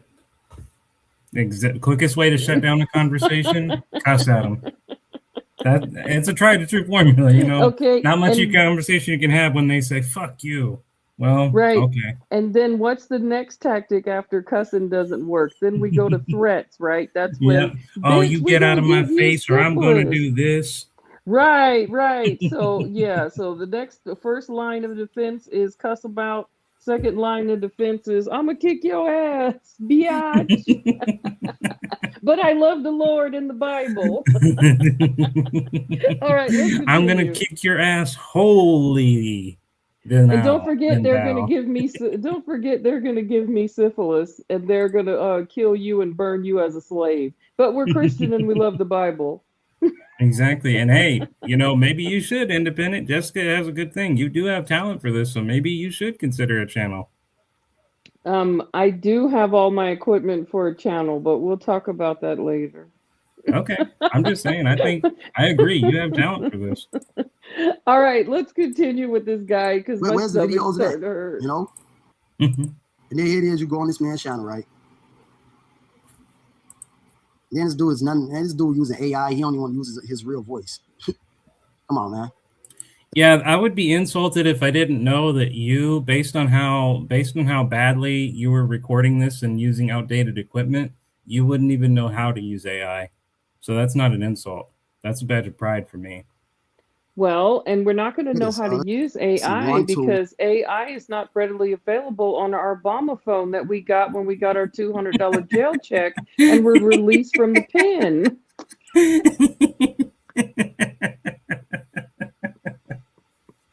Oh, man. You cut where it's deep, Ms. Independent. You cut where it's deep. Yeah, he's pissing me off now. See, I went from being polite, now I'm just straight up pissed. I can tell. 3, 4, 5, 6, 7, 8, 9, 10. This dude did 10 videos on us within the last 4 days, man. And then I'm this dude so is, proud of him that he can count to 10. And this is the part where I told Rosetta, I think it was, that, I know, and why I made that post, I know I'm pissing them off because, now they went from just talking about my video briefly and what have you, to now they're going to my channel and they're like, you're talking about us 1, 2, 3, 4, 5, 6, 7, 8, 9, 10 in the last 4 days. So yeah, I know. I'm doing it I'm doing it for 2 reasons. 1, so that people can know how fucked up of a group you are, and 2, it's to piss you off. So the fact that you're mentioning it and complaining about it tells me I'm doing a good job. Okay, and I'm doing it, and I don't know how I got sucked into it, but I'm doing it because I want it to be important that since they are attacking the fact that you are not black, okay, and that you are a white devil, I'm doing it to show that black people and white people can be an alliance. We can have, opposing views, but we can also agree. We can Yeah. get along and we can make logical arguments to debunk their ass since they believe in an entirely black society that is only black Americans. Don't forget that part. Exactly. And what? And It's like they. it all also really chaps my hide how they view women. And I think it's Oh real yeah, that important one is pretty to bad. piss them off real bad that I can be a woman who has a brain and boobs. And not to mention, you have excellent investigative skills as well. Oh, I'm a damn good journalist, and you better stop the madness. And if you ever want to get real sassy and messy, I can bring up dirt on them, and I have the legal capabilities to do so. I know. I am not black, and I've never pretended otherwise. Well, I'm black every day, and I'll tell you right now that these what they say, nigger ass motherfuckers, is getting on my nerves. You know, set out to come against us, man. That's it. That's all, man. And if you don't believe in the Bible, what is the problem with why you speaking on what we're doing? Because number one, you're mixing religion with racism and trying to just hide your racism behind religion, which is wrong. And number two, you started this shit with me. I only said something about radical Hebrew Israelites and mythology. I did not say anything about the GMS. You jackasses started that argument with me just because I mentioned radicals and it turned out you were radicals. But as your own members have said, I didn't mention you guys. I didn't know you guys even existed. So now when you came at me to start talking shit and started attacking me personally, that's when the gloves came off. And now I'm studying everything there is about you that I can legally obtain, and I'm releasing it to the public. That's why. I know. Okay, the other thing is, you But where's notice the that they video? keep peeking in the video for short periods of time, like 3 minutes at a time, but they're not actually watching the live. That's Yeah. because on your Obama phone that you got with your $200 jail check and your garbage bag with your drawers when you got put out of the pen doesn't have enough data to support it. And I know you were joking, Rosa. I know. But yes, you're definitely right. And look at the battery life. He only has like 42% on that shit. That's because that phone is also his TV. That phone is also his communication with his friends or homies from the group. And that phone is also the way he films his videos. And you and I both know that if you're on an Android, you ain't going to have no battery. No. And in that in mark right there, I know the type of whatchamacallit he's using. I used that when I was a teenager.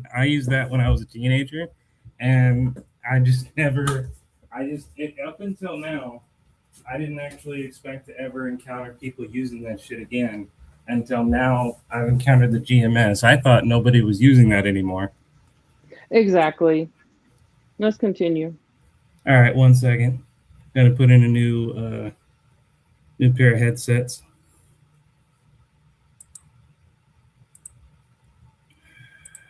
Come on.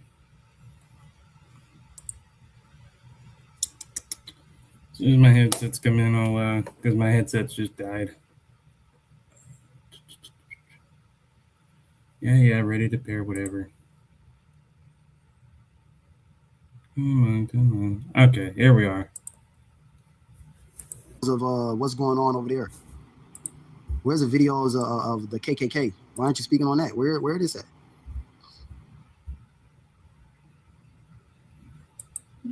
And why would that have been a requirement or even relevant?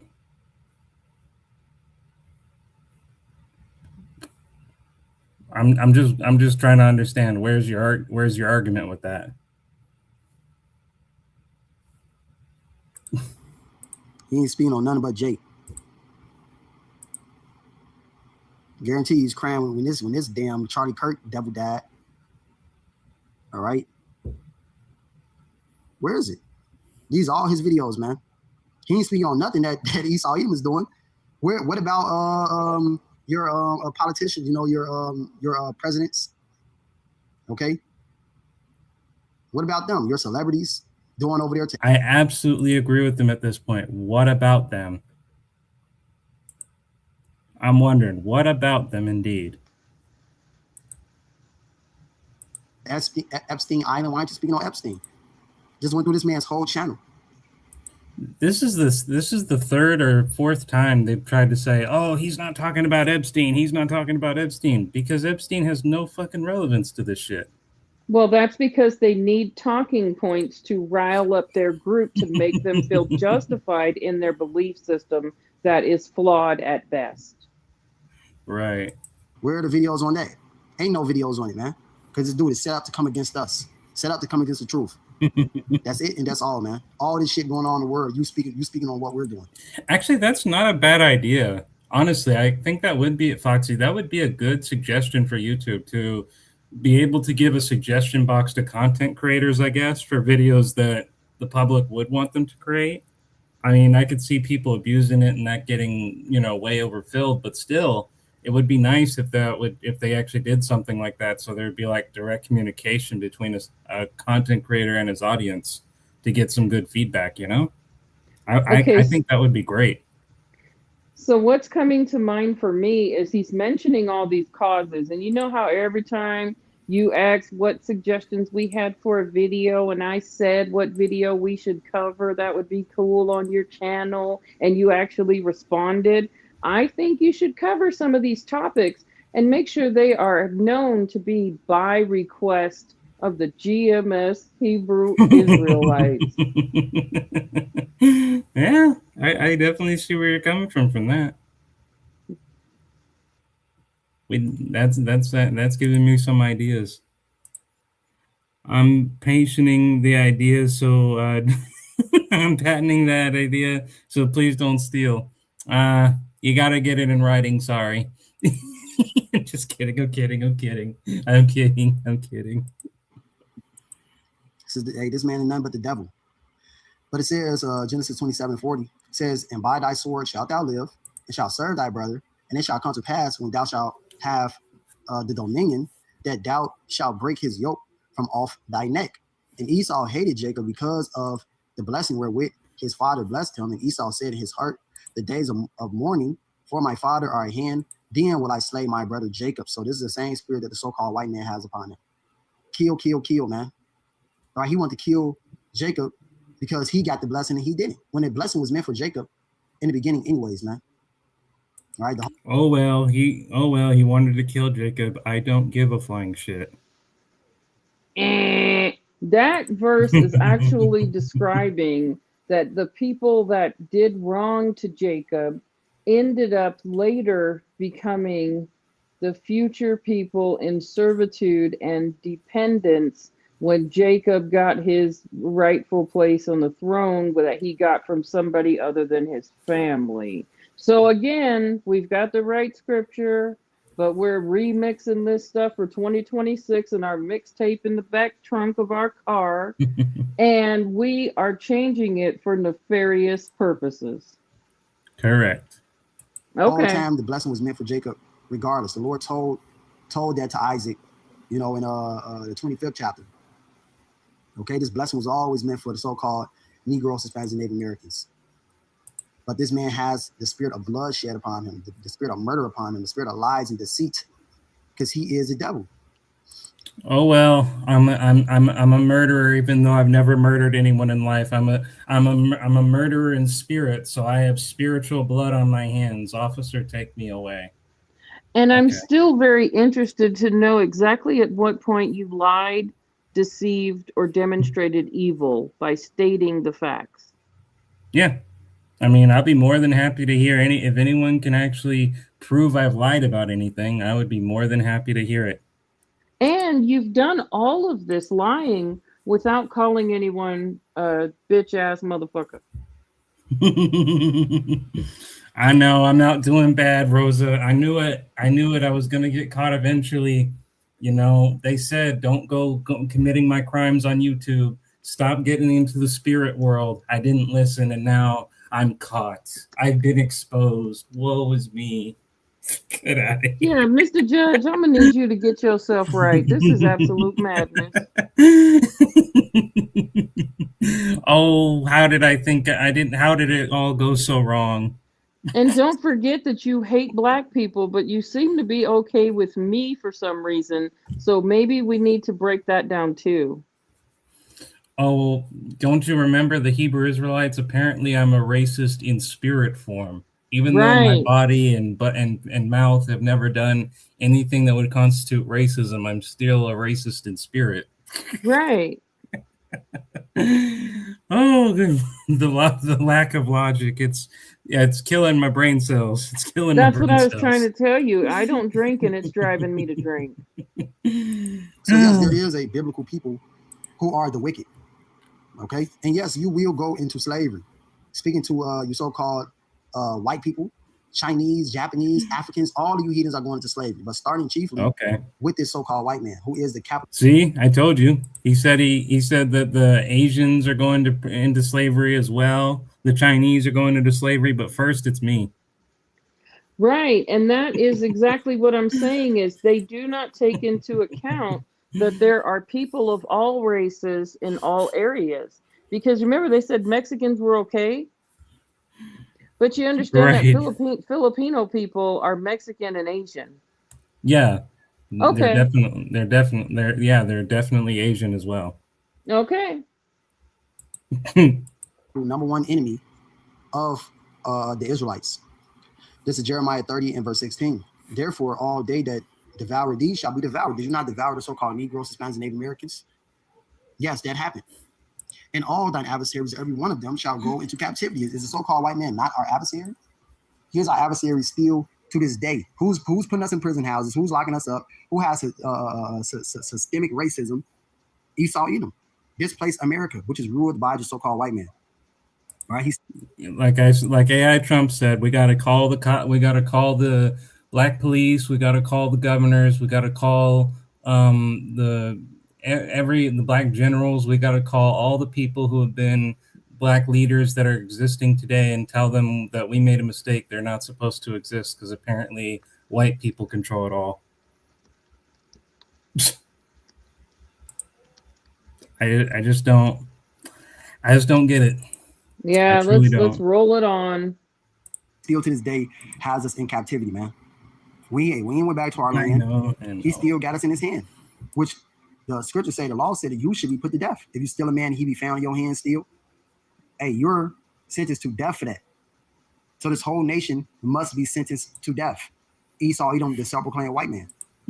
And what, you're still profiting off of slavery, man? What happened to us? You're still profiting off of that.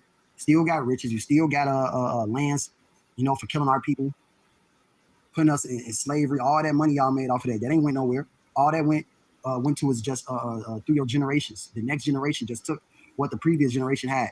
It just didn't just go up into the wind. We were never freed from slavery. Never freed from slavery. This independent. Were you aware of that?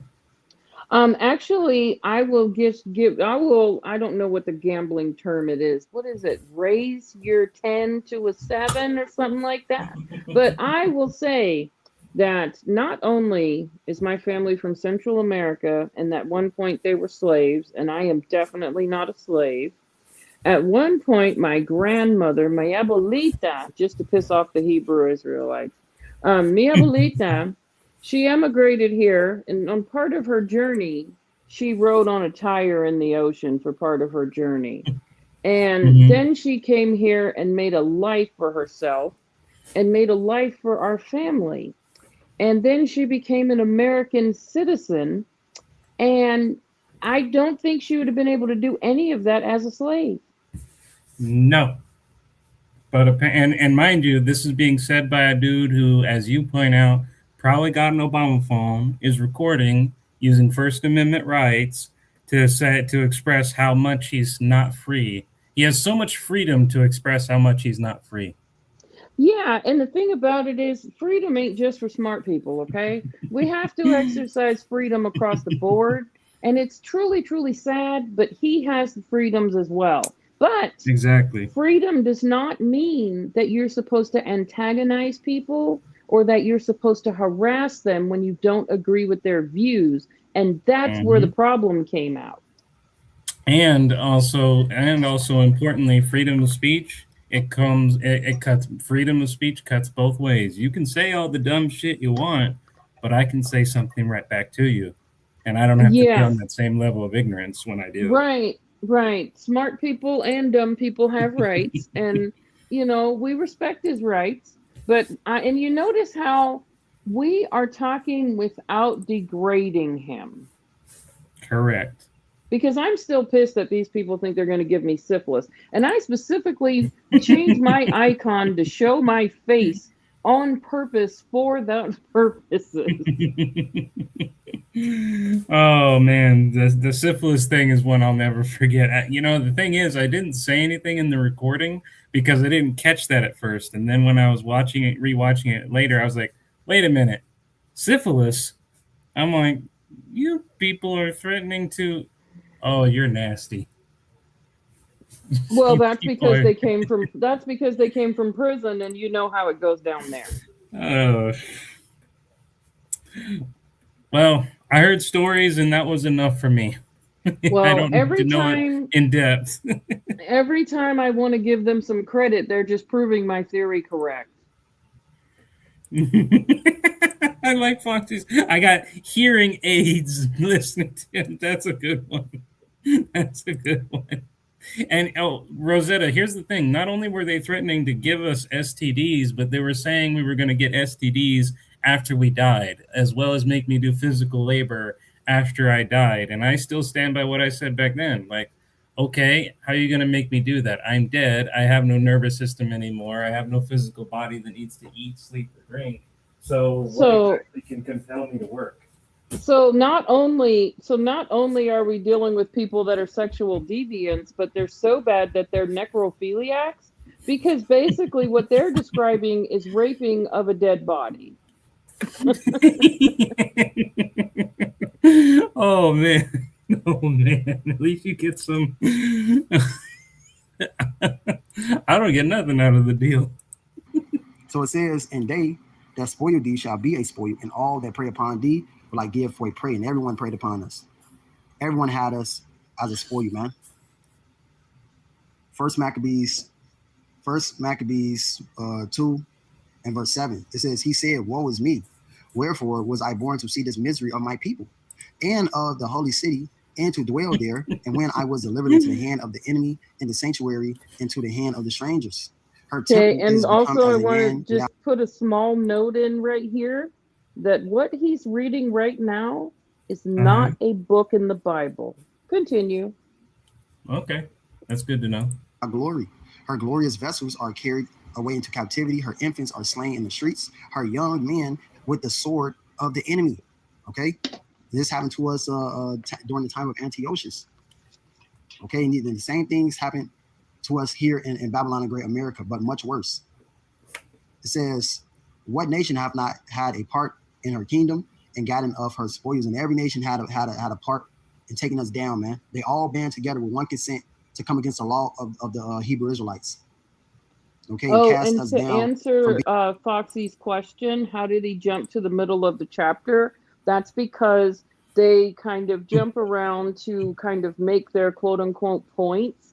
And they also jump around on purpose because if they read the whole text, you will realize very quickly that they're actually taking it out of context and not saying what it actually is actually speaking on. And that was the reason why in part 1 of this video series, I spent the time debunking every one of their verses that they put out and saying what they were actually about. So you might want to check that out if you ever have some time. It's in the second half of our last live.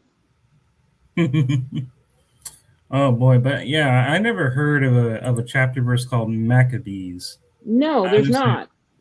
Yeah, that it did come across to me as made up because there's never a verse, like Deuteronomy or anything like that, anything close to Maccabees. That sounds made up. No, I mean, next we're going to say the book of peanut butter and jelly, and the book of ham and meat and potatoes, and the book of cocoa and shea butter, and the book of banjos and guitars. I mean, it's just absolutely ridiculous. Hey, don't forget you're forgetting one important chapter. You're forgetting the chapter 13:7 money order. Oh, yes, absolutely. And the loan sharks. In the loan sharks, exactly. And people cut us off from knowing who we are, man. And that's Psalms the 83rd chapter. And they fulfilled that here in these times, in the times of the Americas. People didn't know who they were. We were black, we were colored, Afro-American, so on and so forth, African American. Well, African American history actually begins in Africa with the Crowleys. It doesn't necessarily begin in America because the Native American inhabitants did not have African ancestry, even though you consider them one of the 12 tribes. So, And again, this is a narrow worldview because not all Black people are Black Americans. So we're still sticking to this fifth grade level education, and we're still sticking to this prison hierarchy that everybody is Black, Mexican, Native American. what a time to be alive. Exactly. So this man, he is our number one enemy. I'm gonna put a clip in the link, and then you tell me when you're ready to play it. It's about the recruiting efforts, but it's from a comical standpoint. Oh, that's going to be fun. Okay. You all will go after these 3 minutes are up. I'll play it. We ain't saying this. This is coming from the Bible, man. It says Revelation 13:9. If any man have an ear, let him hear. He that leadeth into captivity shall go into captivity. He that killeth with the sword must be killed with the sword. Here is the patience and the faith of the saints. Did you not lead us into captivity? Mr. Judge, did your people not do that? They truly led us into captivity, man. Records upon records. I wasn't born during the time of slavery, and by the time I was born, I mean, we're already in the late 20th century. I was born in the 90s. So, yeah, I don't know what you mean by my people because I wasn't born yet. So they weren't my people. So whatever. Upon records of what you people did to us. Chopped us up, beat us till we were blind, chop rods off, put it in pickle jars and on your mantelpieces like you would do as a damn deer head, bear head, made chairs out of us, made coin sacks out of our testicles, our ball sacks, use our women's breasts as pouches. Okay, and they did the same thing with Native Americans that they killed and other races as well. And it was also done to them by previous nations beforehand. That's not a specific Black American struggle. It doesn't mean that it's not wrong. It just doesn't mean that they are the only people that suffered. Yeah, it's not exclusive. I mean, the list goes on and on and on for the atrocities that this man has done. Man, it bragged about the shit, made monuments about it. Damn, I've been caught. I committed so many atrocities in such a time span. Even before I was alive, that's how sneaky I was. I was doing it before I was even alive. Before I even took my very first breath, I was committing crimes and committing atrocities, and I wasn't even born yet. I thought I was so slick. I thought they couldn't catch me before I was born, but I've been caught. Oh well. I think statute of limitations apply now. They can't arrest me. They can't arrest me before I'm born, can they? If you stop telling on yourself and snitching, you'd be all right. I know, right? It's almost as if I can't help but be honest. Stop the madness. Make monuments about this shit. Museums about it, man. But when we go on the highways and byways and say, we say it's a fucking problem. And we ain't did nothing to nobody. We said the Lord is going to do this. Yahweh Shai is going to vindicate us. We ain't going to take up no arms. We ain't going to put no hands on nobody. all we're gonna do is give you your sentence, read you your sentence and your judgment, which is desolation, ruin, nothingness, slavery, hardcore. So is it nothingness or slavery? Because nothingness implies I'm dead and gone and there's nothing left of me, whereas slavery means I'm alive but as a captive. The answer to your question is, and stop asking these logical ass questions. The answer to your question is, it's open to interpretation depending on how he feels and how much battery life is in his phone. Slavery, man, for 1,000 years. A slavery like never before at that. Okay? A slavery with spiritual powers, man. That's what's coming to you, Mr. Judge. And all the rest of you devils that put your hands on our people, which is every single last one of you, and including every single last one of you heathen. Well, you all killed us by way of the sword, you know, as I quoted Christopher Columbus. I said that his sword cleaved to his hand. He was constantly killing our people. And I will say that as a Black person, there have been many people in my life who were not Black who have been of great assistance, care, and help to me. So it's not an all situation. There have also been people who were not Black who were very unkind to me, and bad things happen, but it's still not an all situation. So I think that is the part that we have the problem. What's this guy's name again? His name is Servant of Yahiwashi. Oh yeah, so it's Yahweh. So we're just gonna go with nigga ass motherfucker, like he said. And so the problem with his theory is it's all or nothing, and he wasn't there either. So how does he actually know? Yeah. Well, it's not even his original idea. That's the funny part. He's just regurgitating shit he was taught and brainwashed to believe in. Right. And the last guy was talking about these people are apostles. And I already went over the criteria for being an apostle. But one more time for the people that are in the back or the people that weren't here before. The criteria for being an apostle is you had to witness the birth of Jesus. You had to walk with Jesus throughout his struggle. You had to witness the baptism with John the Baptist and backups. And you had to witness the resurrection after he was crucified and see him come back. Okay, so he doesn't meet the criteria of a person who suffered at Jim Crow, pre-Jim Crow, or slavery. And the other guy didn't meet the criteria of apostle. You want to take a break and go to our clip that I put in there? Sure. I mean, there was only 1 minute left on this anyway. Okay. Let's see. Where's the clip? Hold on. I'll put it again for the slow people in the back. Well, apparently I can't click on that, actually. Because it just lets me... But what we could do is you could just tell me the title. Yeah, and I'll definitely just put it in. Please hold. Someone from our agency will be right with you. It is Drewski Viral Hebrew Israelite Skit. 2 minutes and 19 seconds. Drewski with a D, right? Yes. Okay, Drewski. Okay, Drewski with what? Viral Hebrew Israelite Skit. 2 minutes, 19 seconds. Viral Hebrew Israelite.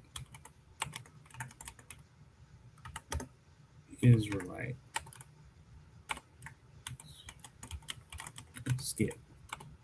I think I have a good chance. I think there's a... Oh, yeah.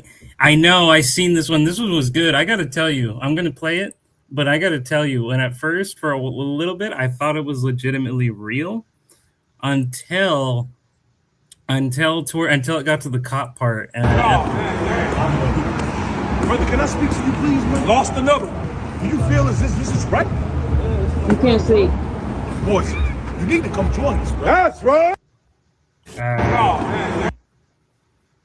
Let me see if I can actually change that to make it a... Well, yeah, it just comes across right here. Brother, can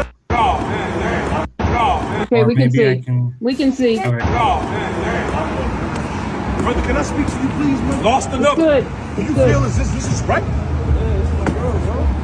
Boys, you need to come join us, bro. That's right. You need to come join us. That's right. That's right. We are not equal. We are. That's right. Our ancestors did not live for this. That's right. Poison.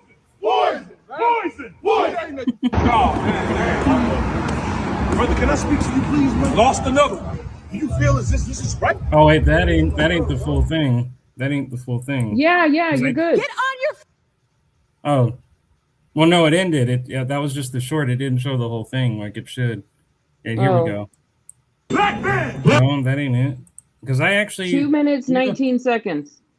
Yeah, I know. It was 2 minutes when I saw it too. Let me go to my history because I know. Well, actually, here we go. Finally.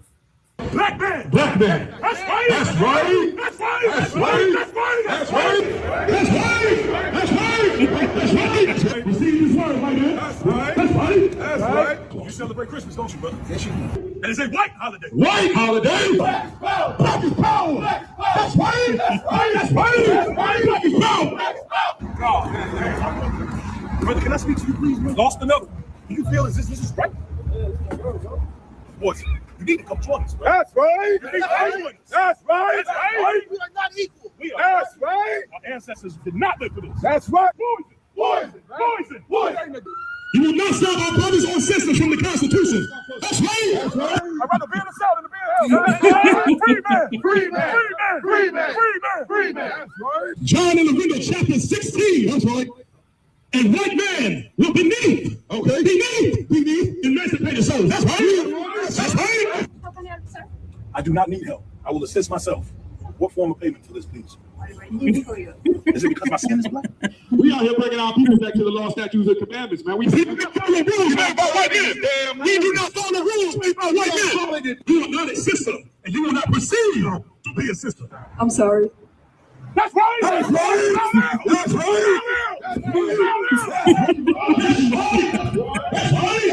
Who is your master?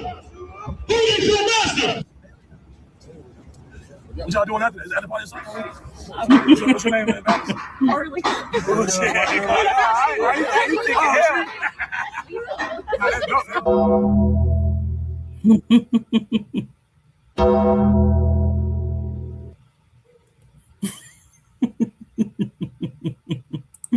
Oh, that was good.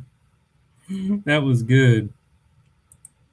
Yeah, I saw that, and for a minute, they performed so well when they did that I legitimately thought it was real up until the cop thing happened, and that at that point I was like, oh no, this is actually a skit joke. And then I realized, and then I got the humor. At first I thought it was real, and then the cop part where they're on the knee on the ground and talking about we'd rather be in a cell, be free, and it's like, no.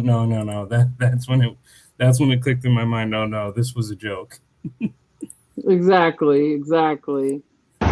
Yeah. Oh, and the answer to Foxy is no. Umar was not actually a part of the video. He's just a meme at the end. Yeah, but it was a very realistic looking meme. I'll say that much. So then there was this other one called. Actually, this will be faster if I do it this way. So go to my channel. Go to my channel because I can't fear this dude. This was this dude.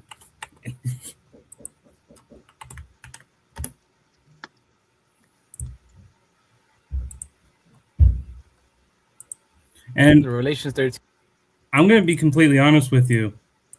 What I'm confused by, I don't understand what atat dot was supposed to mean. I don't know what you're referring to. The title right here, he highlighted my name and then put at dot. And I don't know what that was supposed to represent. I don't know either.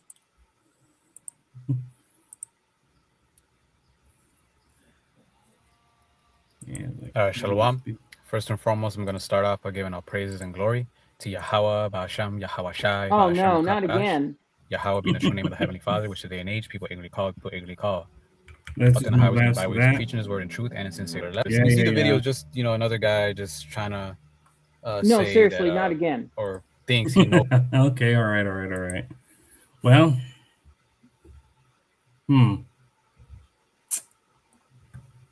Okay, so I got another clip, and it shows how they recruit. Oh, yeah, And yeah, yeah. I'm gonna tell you what it is. Hold, please. Someone from our agency will be right with you. Okay, put in. Let's see. Okay, so the name of the. Let me see if I can do it like this.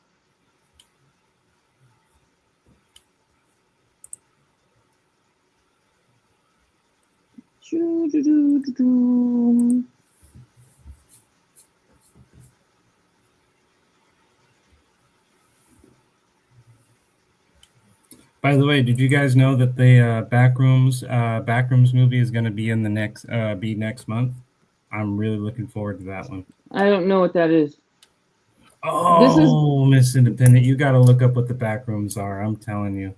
Okay, so that's what it is. See if you can copy that link. Unfortunately, no, I cannot. I can only highlight. No, I'm only able to click show and hide when it comes to comments, or I can delete them, but I can't copy them. Unfortunately. Okay. That's why I need the title. I know. This one doesn't have one. Okay, let me see if I can look and see if there's a description.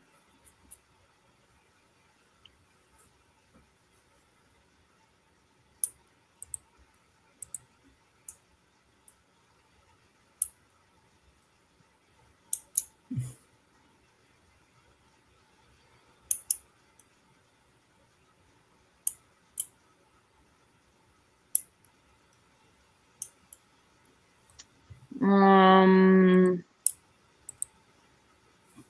about this? I type in how do Hebrew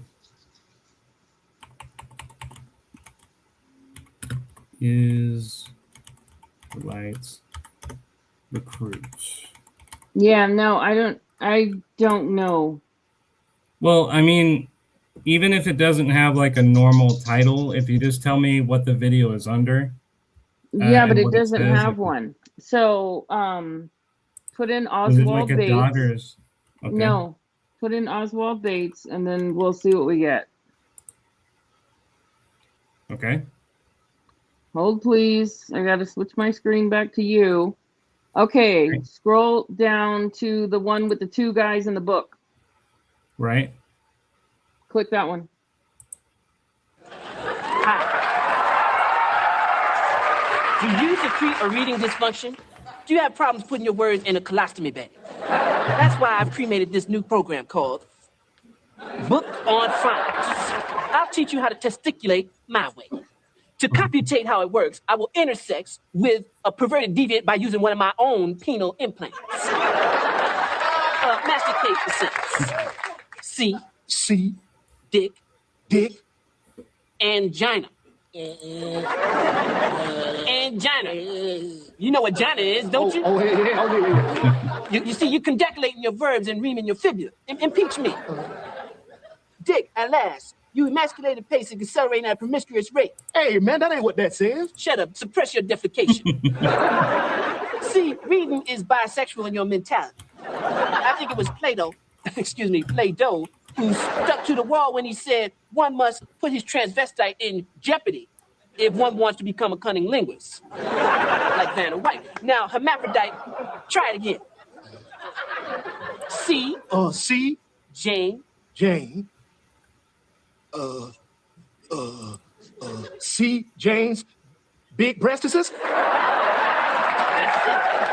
That's it. Now you're expectorating your Sphinx distinct wedge. I gotta have me the big breast! I gotta have me the big breast! Hold on, I ain't no venereal butt rucker. But I can teach you to prorate your hemorrhoidal retention. And you don't even have to be clairvoyant Claire Huxtable, to ovulate this amazing program. But how big are Jane's breasts? Gigantor. So please, go put off tomorrow what you can castrate today. Send your colon in today. Soon you'll be on your ivory way. And remember, RIF, reading is fallopian. Hey, I just saw there's a new video of Umar Johnson where he titles "The Supreme Court Just Gutted the Civil Rights Act." Oh Lord, no, we're not doing it. No, no, no. Come on. No. Well, I don't know. How long is it? It's only about 11 minutes. Okay, go ahead, and I'm going to do my intermission. Okay. And then I can still hear. I'm just going to put myself on mute. All right, sounds good. You ready, guys? Let's see what we get here. Let's see. Yep, we're good. On this big development with the Supreme Court gutting so much of the fiber, the fabric, the meaning, and the strength of the 1965 Voting Rights Act. They have made it possible to racially gerrymander an entire black community out of their collective voting strength. And from what I'm reading, their rationale is simply that the 1965 Voting Rights Act only guarantees that black people and other so-called people of color, minorities, have a right to vote. It does not guarantee that a population or a community is guaranteed the right to their own voting district. Okay, what is his point there, though? I mean, I guess he's trying to make an argument that he's trying to erroneously make the argument that the civil rights vote for people of all races to vote is somehow gutted. And what his argument is, well, we only have the right to vote. We don't have a right to vote within our own districts, which that doesn't make any sense because, I mean, even if what he was saying was true, he's conceding the fact that regardless of race, you have the right to vote. So it's kind of a moot point, really. They're saying that language is not in there, so they're being hypocritical. And they're acting naive to the fact that the only way the black vote will work if you allow the black vote to be congregated. The black vote must be organized. It must be collected. So when you have a majority, but not all black people are going to vote for the same thing. You have people who are black and Republican, black or Democrat, vote those for universal health care, those who are not for universal health care. So you're never going to have it collected because not all black people are on the same side, just like not all white people are on the same side or Mexican people. So that what he's essentially saying there is your vote won't matter unless it's all collected towards the same thing, which would require all black votes to be directed towards one single goal, which that's never going to happen because that's surrendering your autonomy to vote how you please, which no one's going to agree to. Majority black voting district, the black vote matters more because everyone in that district is black. Right, so you can't drown us out in a sea of integrated votes. And what the Supreme Court justices are saying, the Voting Rights Act does not guarantee you that. The 14th Amendment of the Constitution does not guarantee you that. There is no guarantee that we must have majority black voting districts. There's only a guarantee that black people can vote unencumbered. So what's your point? If you're acknowledging that black people can vote overwhelmingly individually as a majority, they subsequently have a district where they vote as a majority of black people. So that would happen regardless of what you're talking about in terms of district. And you're not overriding the whole argument you're supposedly trying to make is that the Civil Rights Act has been gutted, but instead you're just arguing, well, districts are not guaranteed because we only have the guarantee to vote in individually, but it still retains the ability to vote as a majority as a district. If you do, you do. If you don't, you don't. So, it's just whatever. And which astounds me that some people say that there's no need in voting. Why should we vote? Ain't nothing going to change. I say that we could vote and still create our own agenda. It's truth on both sides, though, Baba. It's truth. See, here's what the Democratic Party plantation don't want to accept. You haven't given black people anything worth voting for in about 50 years. We have to be honest. Well, that's bullshit. Within just 50 years ago, 50 in the last 50 years, plenty of things have been important for black people to vote. And here you are talking about black people as if they can't be individuals with their own individual goals. So, that's what irritates me about Umar Johnson, constantly saying, oh, you haven't done this for black people. You haven't gotten black people to do this and whatever. Black people are individuals just like anyone else. They're going to think differently, independently, different goals, different ambitions. So there is no, all black people are going to vote this way. All black people are going to do this way. And it's not how it works in reality.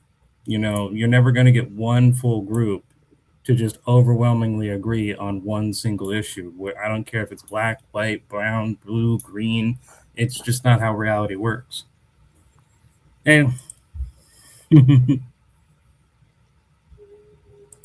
hello, returned. I would say that I'm sorry, I'm just not in the mood for Umar right now. He's just absolute madness. But the primary issue with what he's saying is he's implying that there are separate issues that people that are not black should vote on, and issues that would apply to black people specifically. And the issues that are on the ballot don't have a race. I've never seen in all my years anything specifically about should black people get this or should white people get that. It is not implying that. And that's part of the misconception of the uneducated person, that they feel like nothing is applicable to them. Do you use the street lights in your city? Do you take the bus? Right. Does your kid go to school? I mean, like, it's just absolute madness. And that's part of the reason why people have misconceptions about how voting works.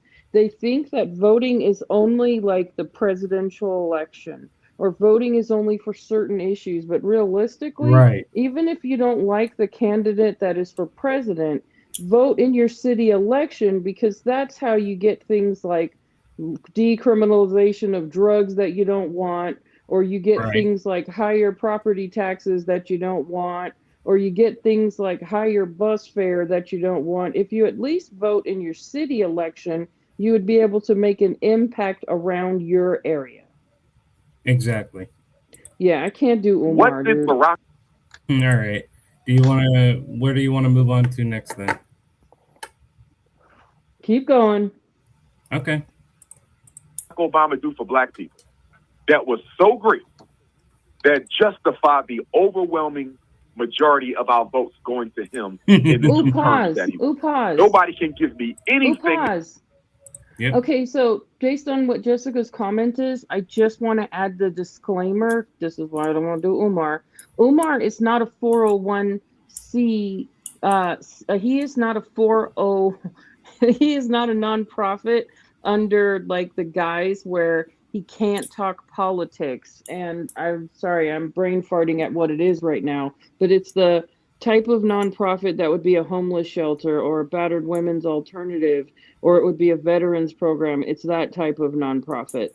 A 401c4 is what he has changed his category to, and a 401c4 specifically has permission to be involved in political issues and to have political, yes, he's a 501c4, correct, Foxy? So he's a 501c4, and they're allowed specifically to have political presence under that category. So that is why he's mentioning voting because that would be a low grade political category that he could mention without actually doing research into what the political involvement would be. But the political involvement would actually be like funding elected officials, funding political runs, education for the community around voting, as opposed to discouraging voting and complaining. Interesting. That he clearly did to help black people, not America, because Obamacare is for America. I said for black people, because and guess what? Black and white people live in the same society, so literally any issue that goes with black people also goes with white people, because we go to the same hospitals, work the same jobs, and we subsequently have to deal with the same issues in society.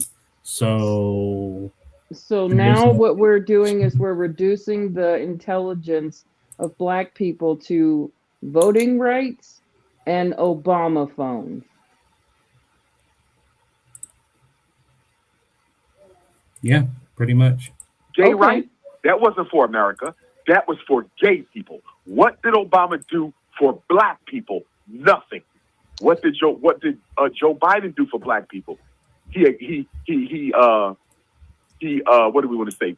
He didn't pardon Marcus Garvey, the Honorable Marcus Garvey, but what did he do? He gave him clemency, whatever the word is. And then he also gave us Juneteenth.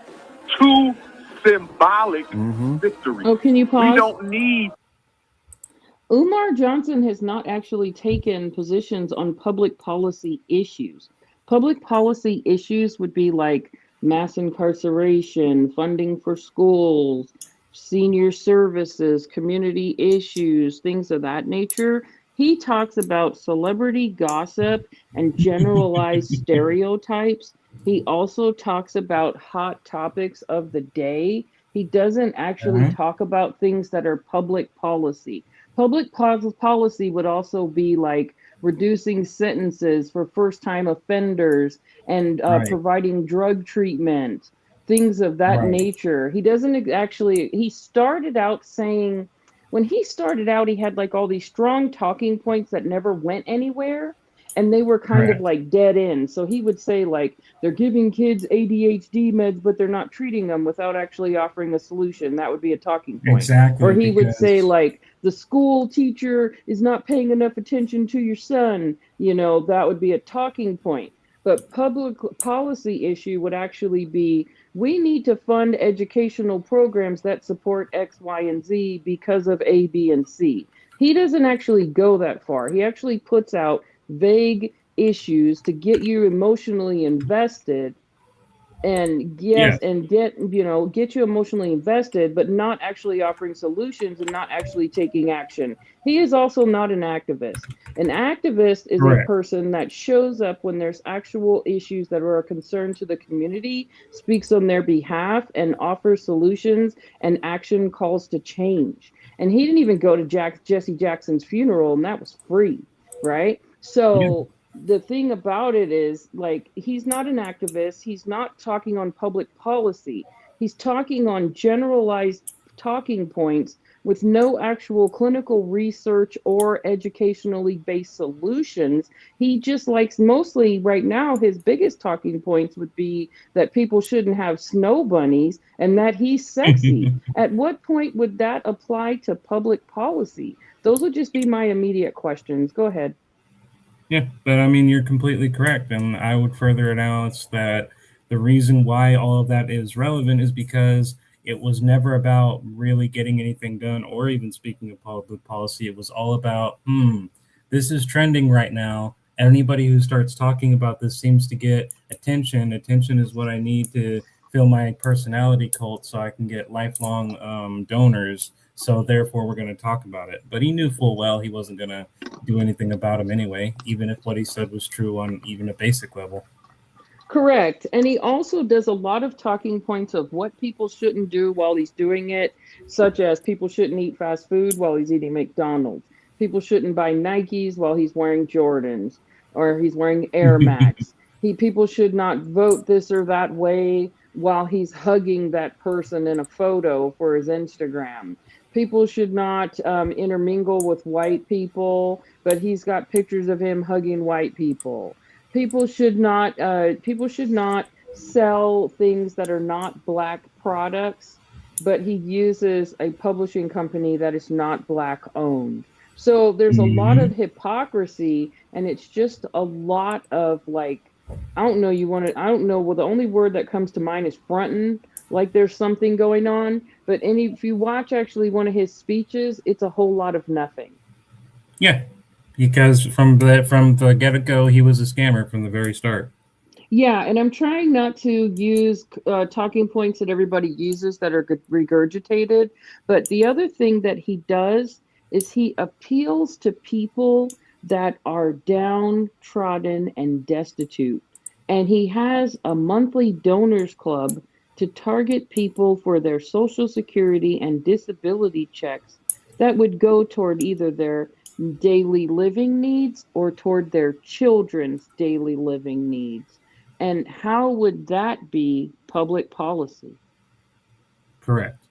And he is a walking contradiction. And yeah, you can't endorse or tell somebody to vote. But we know Umar did it anyway because he doesn't care. Right. All he cares about is he already achieved his goal essentially. He's got lifelong donors who are going to make sure he's nice and plump and happy eating Big Macs for the rest of his life. Yeah, and it's important to note that the people that go online and that definitely support He's a him, poverty pimp. the yeah, absolutely poverty pimp. But the people that go online and support him are the people that are financially benefiting from his endeavors. The money that he collects goes to the cult, and they believe in what they call living free, and they live off of the donations of the people. And that's one of the reasons why they defend it so much, because they get things that they need from those donations. Wow, that's so interesting. A Juneteenth holiday from the government, we already had it. And although I appreciate Marcus Garvey receiving clemency for those crimes that he never committed, it's a little too late, and that does not replace. No, I mean I addressed that, Jessica. I highlighted your comment and I agreed. I said they can and they're not supposed to endorse or say not to vote for X. But what I was saying is that even though he's not supposed to say don't vote for X, as somebody highlighted, he most likely told them not to vote anyways. And actually, I've seen clips of him telling people not to vote and do stuff like that. So, and the point I was making is that Umar is not supposed to do that, but he doesn't care. He also has never spoken on, improving the rights of inmates or improving the rights of people in poverty or providing services to communities in need or things of that nature where public policy change would directly impact, especially since he believes, and this is just what he believes, I'm not saying it's a me or Mr. Judge, but he believes that all black people are in poverty and need to pay their grit money to him. So if he believes that the only food that these people can buy is grits, and the only thing that they are doing is living in poverty and being miserable 24 hours a day, the public policies directly changing those issues would be a simple no-brainer area to start. You don't see Umar Johnson at a homeless shelter. You don't see Umar Johnson anywhere except for trying to crush cookies at a college. Yeah, exactly. Because it's fucked up that he told people not to vote for Kamala Harris. But you know what we have to say. But you know what? At the end of the day, let's just say the United Anthem that we all agree with. Fuck Umar. Umar ain't shit. Umar's full of shit. Yeah, but that's what I'm saying. At the end of the day, let's just say. At the end of the day, I'm just saying, let's just all agree. Fuck Umar. Yeah, I'm over The it. things you It's should be just doing ridiculous that about it's the actually present. working on certain people. And it's the same tactics that work on these Hebrew Israelite people. The people need something to believe in, they need hope, they are suffering and they are hurting. And in that part you have to empathize with.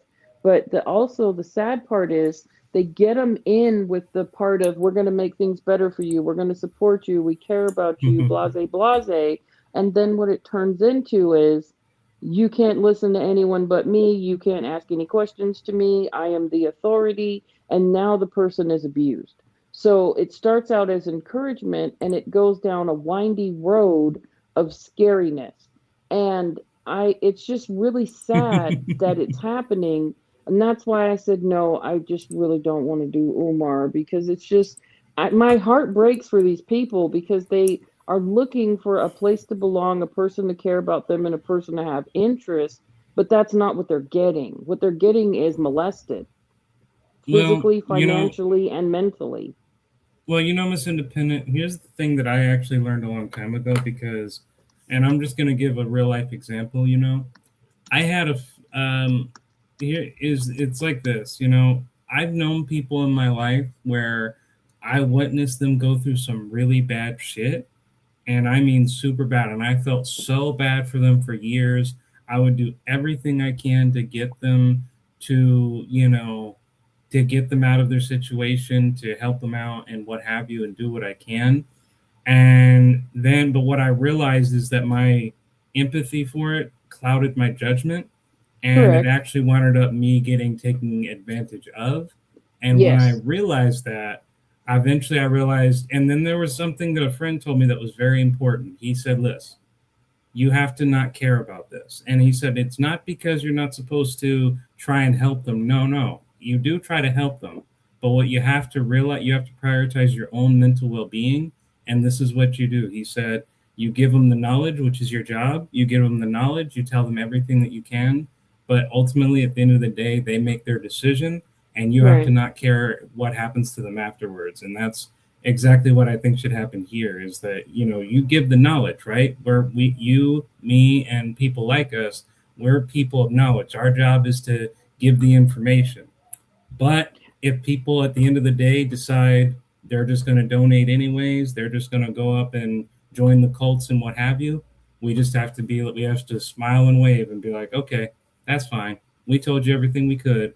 You chose to do it anyway. That's on you. Right. And the thing is that, there's going to be people that fall, like no matter what your efforts are. But really, the thing about it is the people that are already under this spell are not the people that need the awareness. The people that need the Correct. awareness are the people that are not under the spell. The people that are under the spell are kind of gone. The thing Yeah, that's about it that's is, exactly what I'm saying. yeah, as long as we have lonely people that will take a quarter of a man over a whole man, and lonely men that never were important, that want to be important and see somebody that they think is important just because he can fart on a podcast, we can't help them. Correct. But we can give warnings, and we can try to get people who would have fallen into the cult away. And that's why doing these live streams and having these discussions is so important. Absolutely. Absolutely. Not just the past. So again, that was 12. Oh, and by the way, Miss Independent, um, Yes. if you ever actually want to do live streams where we just talk about issues and go back and forth, I would be more than happy to do that because I actually enjoy talking with you. I think you're a very intelligent woman, and it's enjoyable to talk to like I said, a fellow academic, because in my experience in conversing with people and what have you, and this is not to say anything negative about people in general, but it's just simply a fact is that out of the many people you meet, to meet people who you can actually say is on the same intellect as you, and to actually you know actually be able to have a dialogue is actually rare. So if you ever wanted to do live stream about just talking about a central issue and just chatting and debating even and what have you, I would be more than happy to do that because I enjoy intellectual discussions very much. That's actually really cool. I think that we could talk about that offline and possibly put together a plan. Yeah, and also know this too, guys, is that whether whether it's the 5 people that are watching us now or if it's other people who catch the replay, just know the offer extends to you guys as well. I'm always happy when someone says, "Hey, I want to have a talk about something. I want to talk about AI. I want to talk about religion. I want to talk about Socrates. I want to talk about anything of educational value." even if it's controversial, as long as it's in the spirit of, I just want to have a talk about it. I want to share the perspective, and I want to, maybe hear a different perspective on the matter. Maybe there's a perspective I'm not seeing. Maybe I want to express something that you feel a lot of people just aren't hearing. All the more merrier. People need to talk. We don't talk anymore in this day and age, and that's what's sad.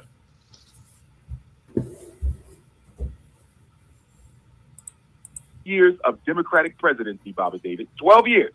8 Obama, 4 Biden, and no Democratic Party plantation slave has been able to prove to me yet what we got out of the last 12 years of Democratic votes, black votes to Democratic presidents. The point that I'm making, Baba, a lot of black people are apathetic because. And I'll say this much: I don't have anything against David Barnes as a person, but what I dislike is the fact he doesn't give Umar any pushback.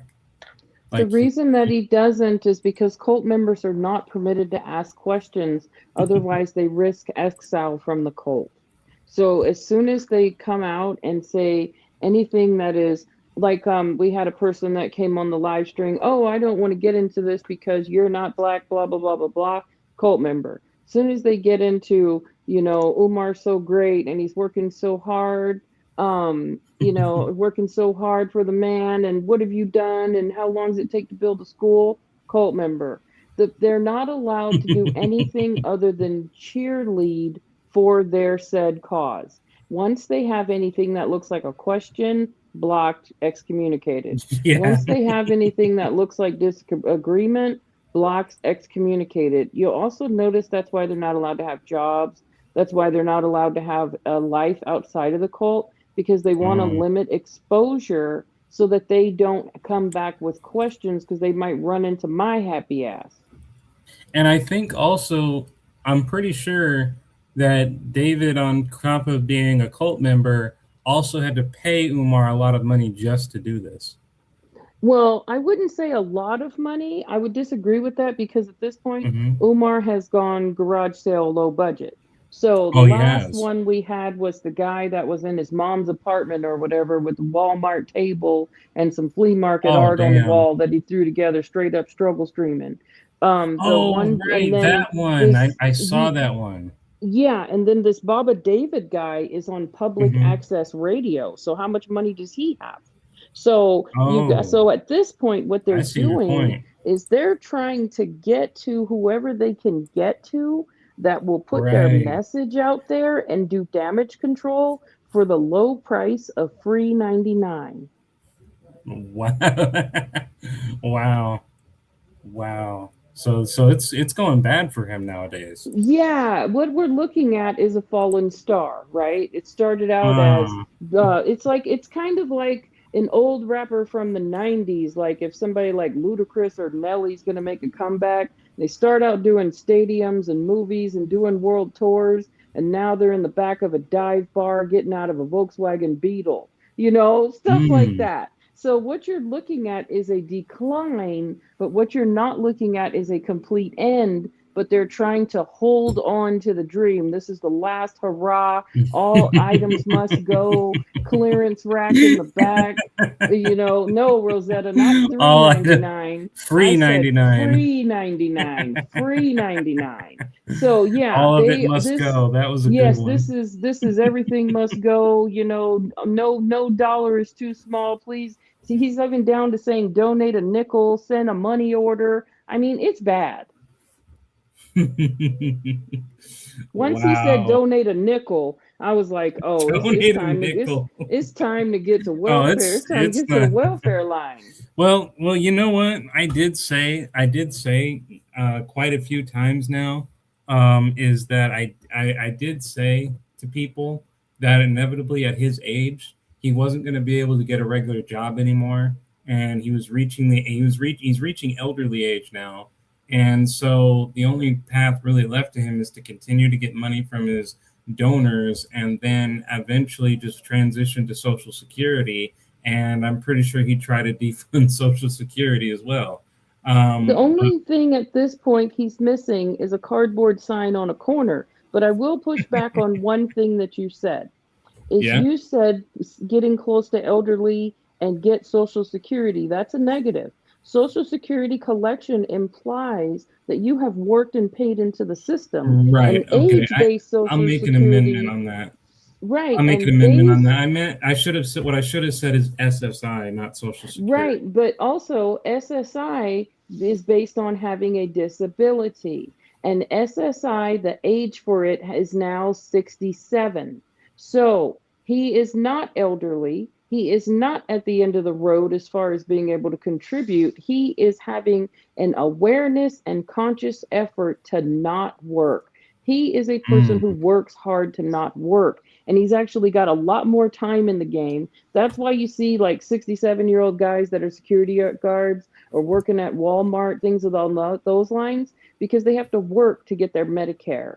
They never worked and okay. paid into the system, so their Social Security is at a minimal level. So they're getting like $563 for Social Security based on their age, and it's not enough to supplement their income because they were not Right. working. And I've actually asked those guys, I've actually said, "What's your So, story?" And some of them have said like they were homeless on drugs, or they mhm. were like working like a minimum wage job, something along those lines, but they don't actually have enough money in their Social Security account in See, order to occur money to get paid. right. So see where my failure in thinking of is because I'm in California, and the way it works in California is quite a bit different. So it's like this. Way it works in California is you can obviously you'd have to be working in order to get Social Security, which is why I said I was because it all comes from the Social Security office, whether you're talking about SSI or actual Social Security. Correct. But there is differences on when you're getting Social Security due to retirement or because you've worked and what have you, or injury to work, you know. But when it comes to SSI, that's actually a much more sadly corruptible and easier way to get on. What they do is in SSI, because they have the largest, California has one of the largest state income, so we're talking about you'll get up to $1,000 and something money. And before then, when I was younger, it used to only be 900 a month. Now it's up to 1,200 or something or so.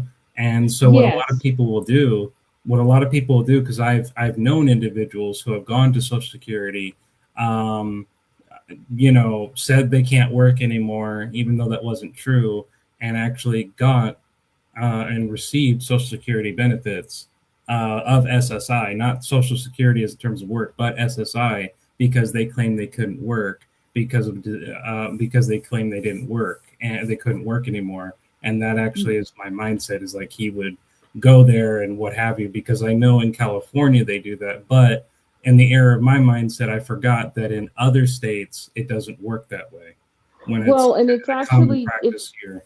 yeah, but that's actually changed universally, and that's the reason why it's changed because of abuse of the system. So the new guard Oh, is right. So what I'm telling you is how it works now. Okay, so the way it oh, works okay. now is you have to be disabled for a certain amount of time before you can even apply. And that's why they have this system where you get denied the first 3 times that you appeal and apply and all this stuff. It's actually a Oh, long-term process now. Whereas in the wow, it really 90s has and the changed. 2000s, you could just say, I'm a drug addict, give me Social Security. I'm tired, Right. give me Social Security. I'm I depressed. can't work no Because, more. yeah, because I'll tell you, is I'm from Oakland. Okay. I'm from Yeah. Oakland. I'm not in Oakland today, but that's where I'm from. Now that has changed to you can't just be a grandma on grandma's couch and want some money. That has changed. You have to have actual time in this game unless you are age 67. If you're age 60, Right. and well, age 62 or disabled, right? So you could be Mm, disabled, but if you're disabled, you're going to be physically handicapped or mentally handicapped only. Umar Johnson doesn't right. meet those criteria. All right. Well, cool. He's doubly fucked then. Yes. Oh, I'm glad that law has changed, because I remember as a teenager and getting into a young adult, I'd be seeing the corruption or whatever, and it's like, how are you guys letting this go on for so long? And I'll tell you, I have a person that I know in real life. I've actually sat with this person, talked to this person. And literally since 2002, they've been trying to get Social Security, insurance money, anything they could get to work hard to not working, and it has not worked. And they are my age, and they have never had a job. It's over.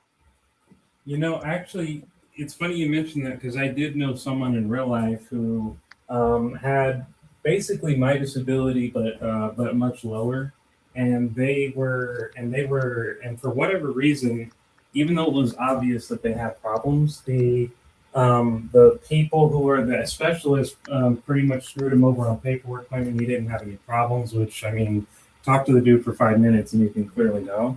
And what he ended up having to do is he had to go to court in order to fight it, and he won.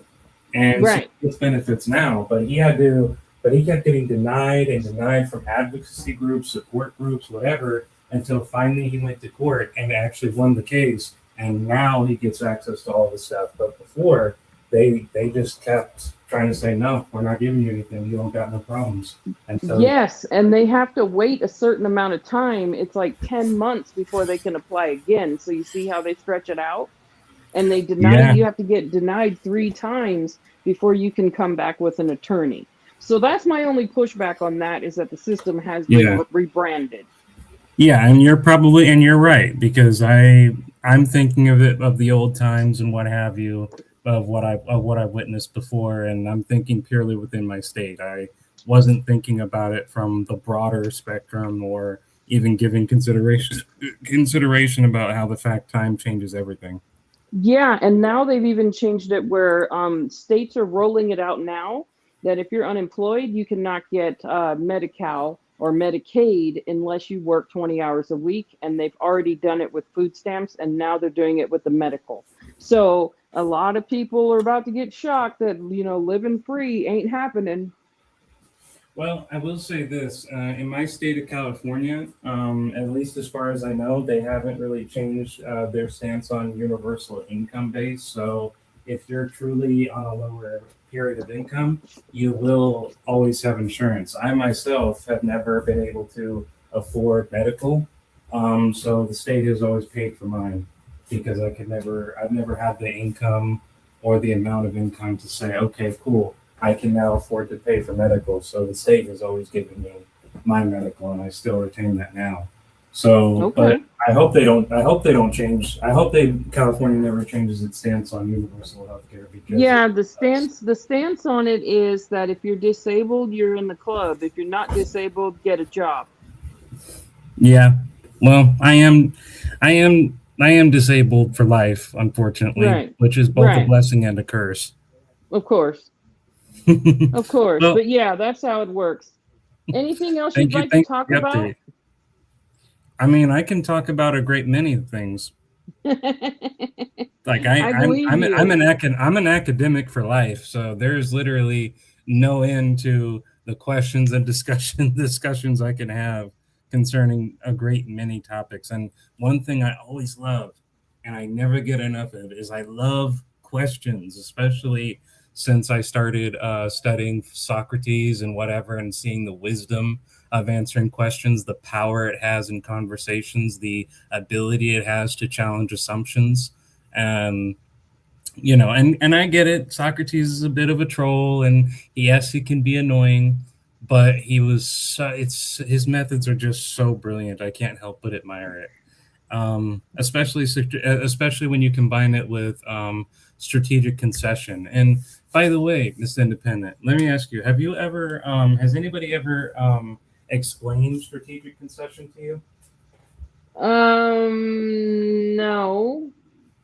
Well, it's actually very fascinating, because it's strategic concession is exactly how you build credibility with somebody, believe it or not. So basically, the easiest way to explain strategic concession is to think of it like this: when you have a conversation with people, or if you've observed conversation with people, have you seen how quickly in modern times the conversation can go extremely hostile and downside, and quickly turn into a yelling sparring match, as opposed to actually talking about an issue with actual substance? Yeah. Right. Well, the reason why that happens is actually contradictory to what most people would tell you.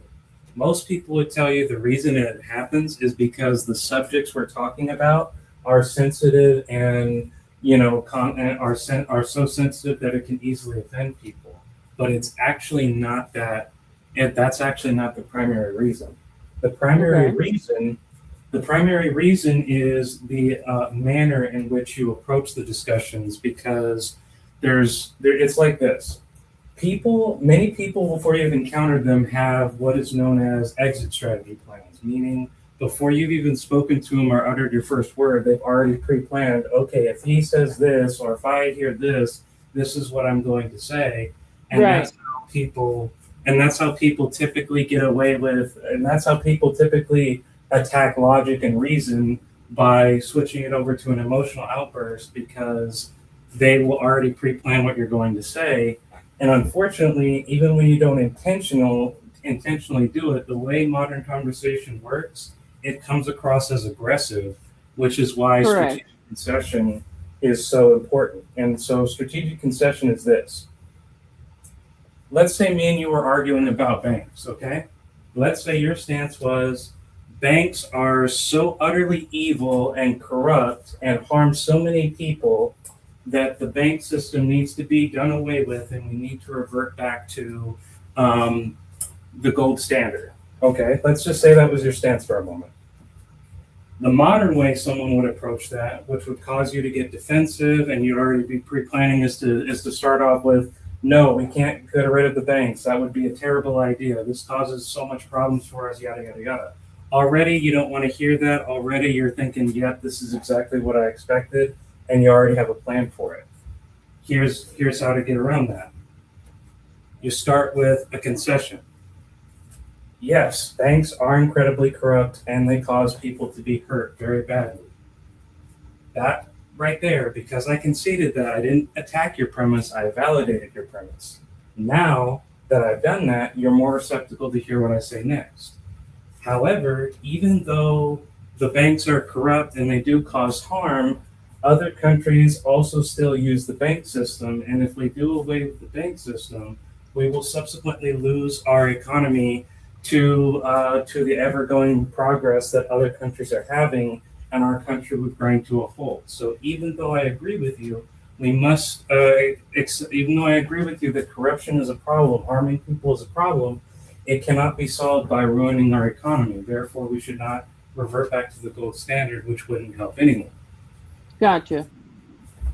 So that right there, so it's basically the same thing as I said previously about, no, that's a terrible idea. But because I start off with conceding, yes, you actually have a point. They are corrupt. They are having problems. And then I followed up with, and then I gave my actual argument right after that. I established credibility with you as a colleague. Yes, we both recognize a problem, which prevents you from seeing me as the enemy. Whereas that made you more receptacle to the more stronger logical point of, well, we can't fall behind by other nations economically, and the devastating effects this would have if we did it. Okay, that makes sense. I could get with that.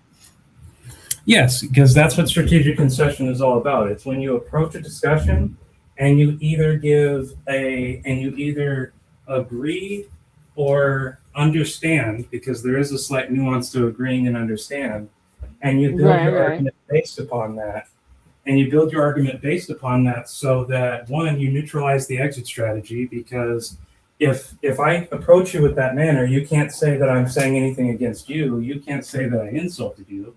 So emotions won't work, because I didn't say anything to give you an emotional output. So that neutralized the exit strategy. And I force you into this position where you have to either argue back with me logically, or you have to concede what I'm saying. And that's how strategic concession neutralizes hostility in a lot of arguments, because there's not this immediate attack on what you say. There is a strategic concession of part of what you said, followed by explaining the flaw in what you're saying anyway, so that my actual argument is much stronger because I've established credibility with it. For sure. Okay, is it okay if we go on to be continued status because it is 9 o'clock? Sure. So I guess that'll be the end of this live stream. Okay, so we want to say thanks to everybody who stopped by. Thanks for tuning in, and we hope to see you soon. Yep, as well. And I definitely will look forward to hearing from you again, Miss Independent, and anybody else who wants to get on the live and, you know, have discussions and whatever. And I'll be really happy to do that. I think it'll be really fun. I appreciate you, Mr. Judge. And I appreciate you, Miss Independent, and all of you that comment and stop by, even those who may not have been here and step on a replay. I always appreciate all of you guys. I love your input. Leave a comment regardless of what it is, and that makes me happy. So see you all in the next one. Thank you. Come again.